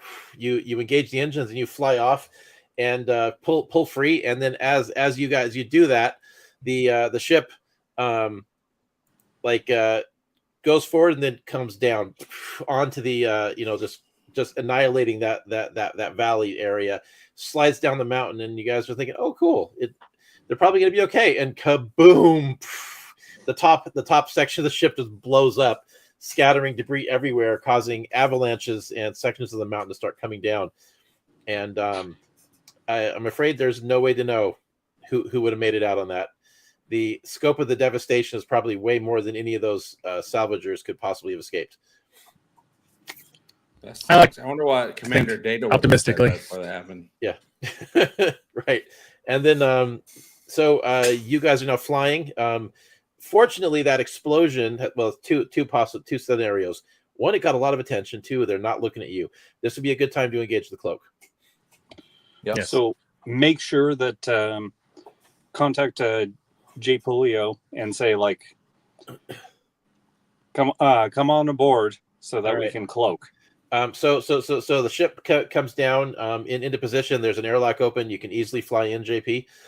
and then actually, could you grab Pillquest? Pillquest is on there with everybody's on there, the whole group. Pillquest is on the ship because everybody rushed in. Sorry, I thought he stayed behind. No. Everybody would have rushed in. I'm sorry. You guys, okay. Yeah, you guys were together. So you guys got Dan, you got Pillquest, you got you got Old Yeller and everybody. Gotcha. Yeah, you got the whole team. So everybody could be linked to those people getting exploded with grenades, except for me. Yeah. I'm clean. Yeah, except the people who went on the ship. Those Raider guys caused the ship to explode. Yeah. So I know. Yeah, those jerks. Yeah.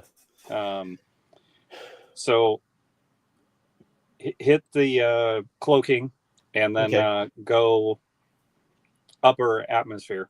All right. So the question I have right now is: are you guys going to try to intensify the cloaking device by sacrificing other systems, which would basically like life support? Not necessarily, but it would mean sacrificing shields and weapons. So, and the bathroom doesn't work.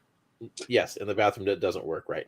I mean, the other ship, you mean, that we detected? Yeah, you guys could do that. But I just like are you guys okay with that? Just cranking the cloaking device up to 11? Yeah, we're gonna have to slip by the Kalons and see what the deal is with the Redenbacher, the other Union ship, any of the Kalon ships that are there. We have to know what sort of condition they're in. Because even with weapons and stuff, if the Kalon find us, those weapons aren't going to mean anything. Yeah. Correct. Yeah. No disagreement there. Yeah. All right. So Chaz, I just need an engineering skill check out of you. But based it on agility. No, based on willpower. Because you are determined to keep that, to have a good to improve the thing. Okay. This is going to be about determination. 13. 13. Or no. Wait. I'm sorry. I'm having a math. Oh, actually, can I? 12. No, it's actually 14. Sorry, 14. Do you want to assist, Alex? Yeah. Hey, JP, give him one of your skill points. He's going to need that because this is the time. All right. So, and then there you go. So what do I do with a skill point? Roll a d4. And Alex, are you doing the assist? Yeah, I'm going to do the assist. Okay. Okay, my D4 gave me 4 more points. So 18, and with Alex's assist, I believe that put you up to 21. So you guys have it. Yeah. So that is your total skill check on getting the cloaking device. Let me put the note here. Let's see. Okay, so that'll be the DC if anybody attempts if anybody with the potential to detect your ship might do so. So you guys are now flying up into space, and you are detecting with based upon skill point transfer complete. That's right. So based on the information that Benny already had, you definitely know where to look. You have a got it, Alex. So you guys know where the star mine is, and that is where those ship transponders are. If you guys want to get there, you could basically fly out there with the captain's yacht and see what's there. Do you guys want to do that? How far away is it? I mean, it's you guys I think are orbiting the fourth planet. It's near the star, right? So it's going to be a little bit of a distance, but not like with the ship you've got, like moving at impulse speed, literally minutes to get there. Well, I was thinking maybe we could move quickly, but then when we got a ways in, we should slow down. Yeah, because that's going to make it more difficult to detect. Kill the engines and just drift on in. Sure. Something like that. Yeah, we want to show up, not let everybody know we're there, and just let everybody know my jetpack will not be coming in handy for this part of the mission. Probably not. But you guys do have spacesuits now. So all right. So you guys do that. You're drifting in, and as you're coming in on your approach, you see the star mine.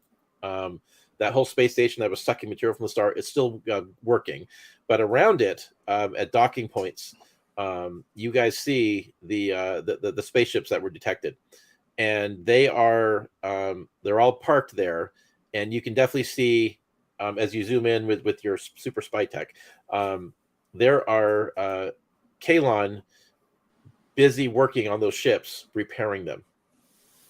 And you also see the remains of other ships that were damaged in the battle nearby, and it kind of has the look like they're being used for parts to repair the other ships that were salvaged.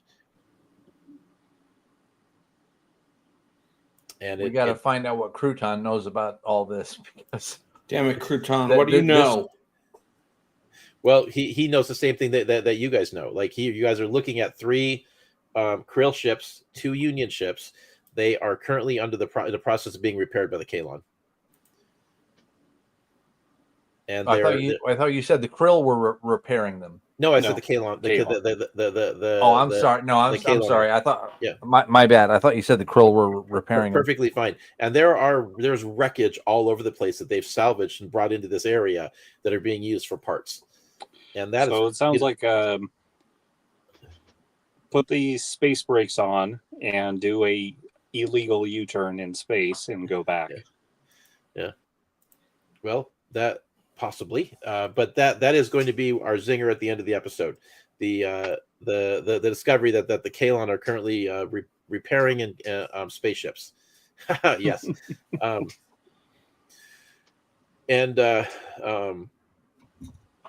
Yeah. So that's what's going on here. So that is where we're going to end off, and we'll pick up in our next episode with whatever happens after this. Ooh, Yeah. It's a cliffhanger, you guys, and It is a cliffhanger, and we are in space. Yes, you To finally be escaped the continued. planet. Yeah, To be right. continued, yeah.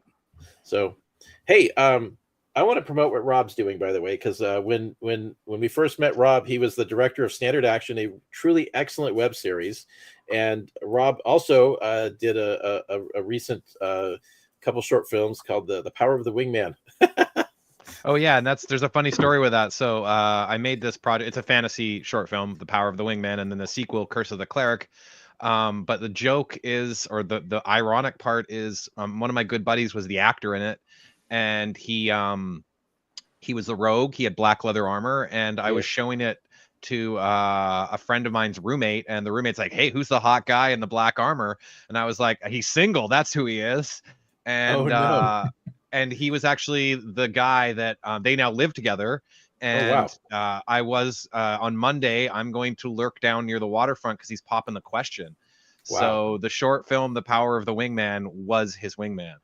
And somehow it's going to turn out that she watches this show.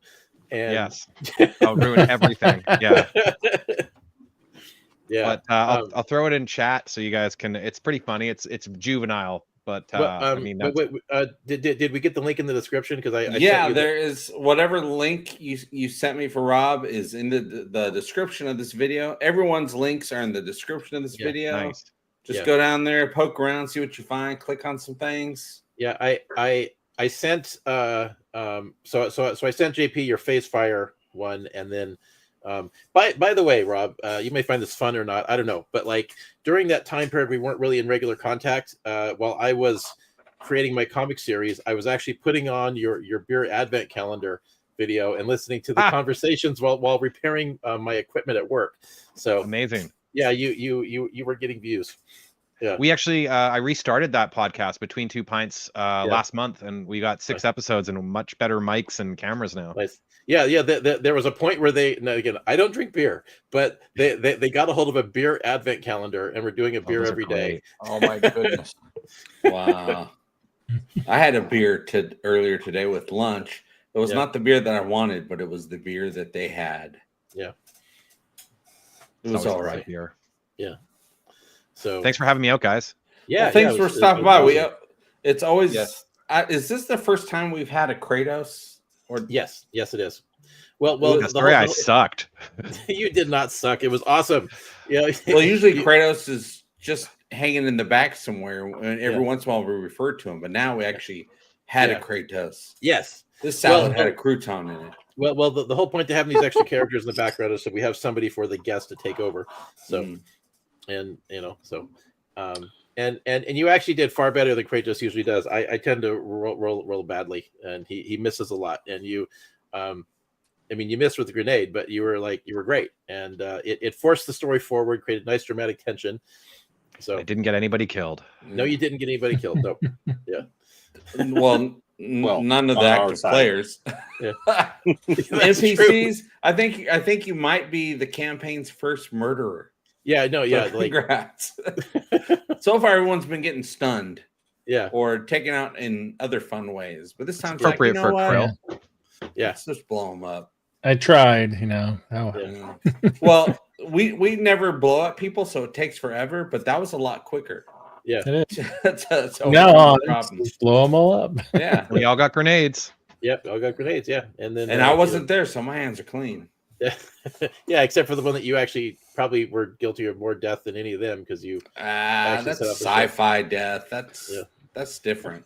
That's incidental. That's collateral damage. There might be extenuating circumstances that'll get you guys off on this one. So we'll see how it all shakes up at the end. Oh, time travel. Let's do time travel. Yeah, exactly. But Wait, also what's getting us off? Yeah. But also, in addition to Power of the Wingman, also check out Standard Action because that series was super fun. And oh yeah, there's like 40 episodes, and it's a linear storyline. So yes, yeah, it's super great. Yeah, like if you're looking for like D&D style stuff, I mean it's I'd say it's as good as the new D&D movie. Certainly better than the first two D&D movies. That's a bold statement. I don't know if I'd agree with that, but I'm a big fan of the new D&D movie. Yeah. No, it's quite good. I like it. So, alrighty. And all right. Is anyone got anything else they want to shout out on the stream before we close the show?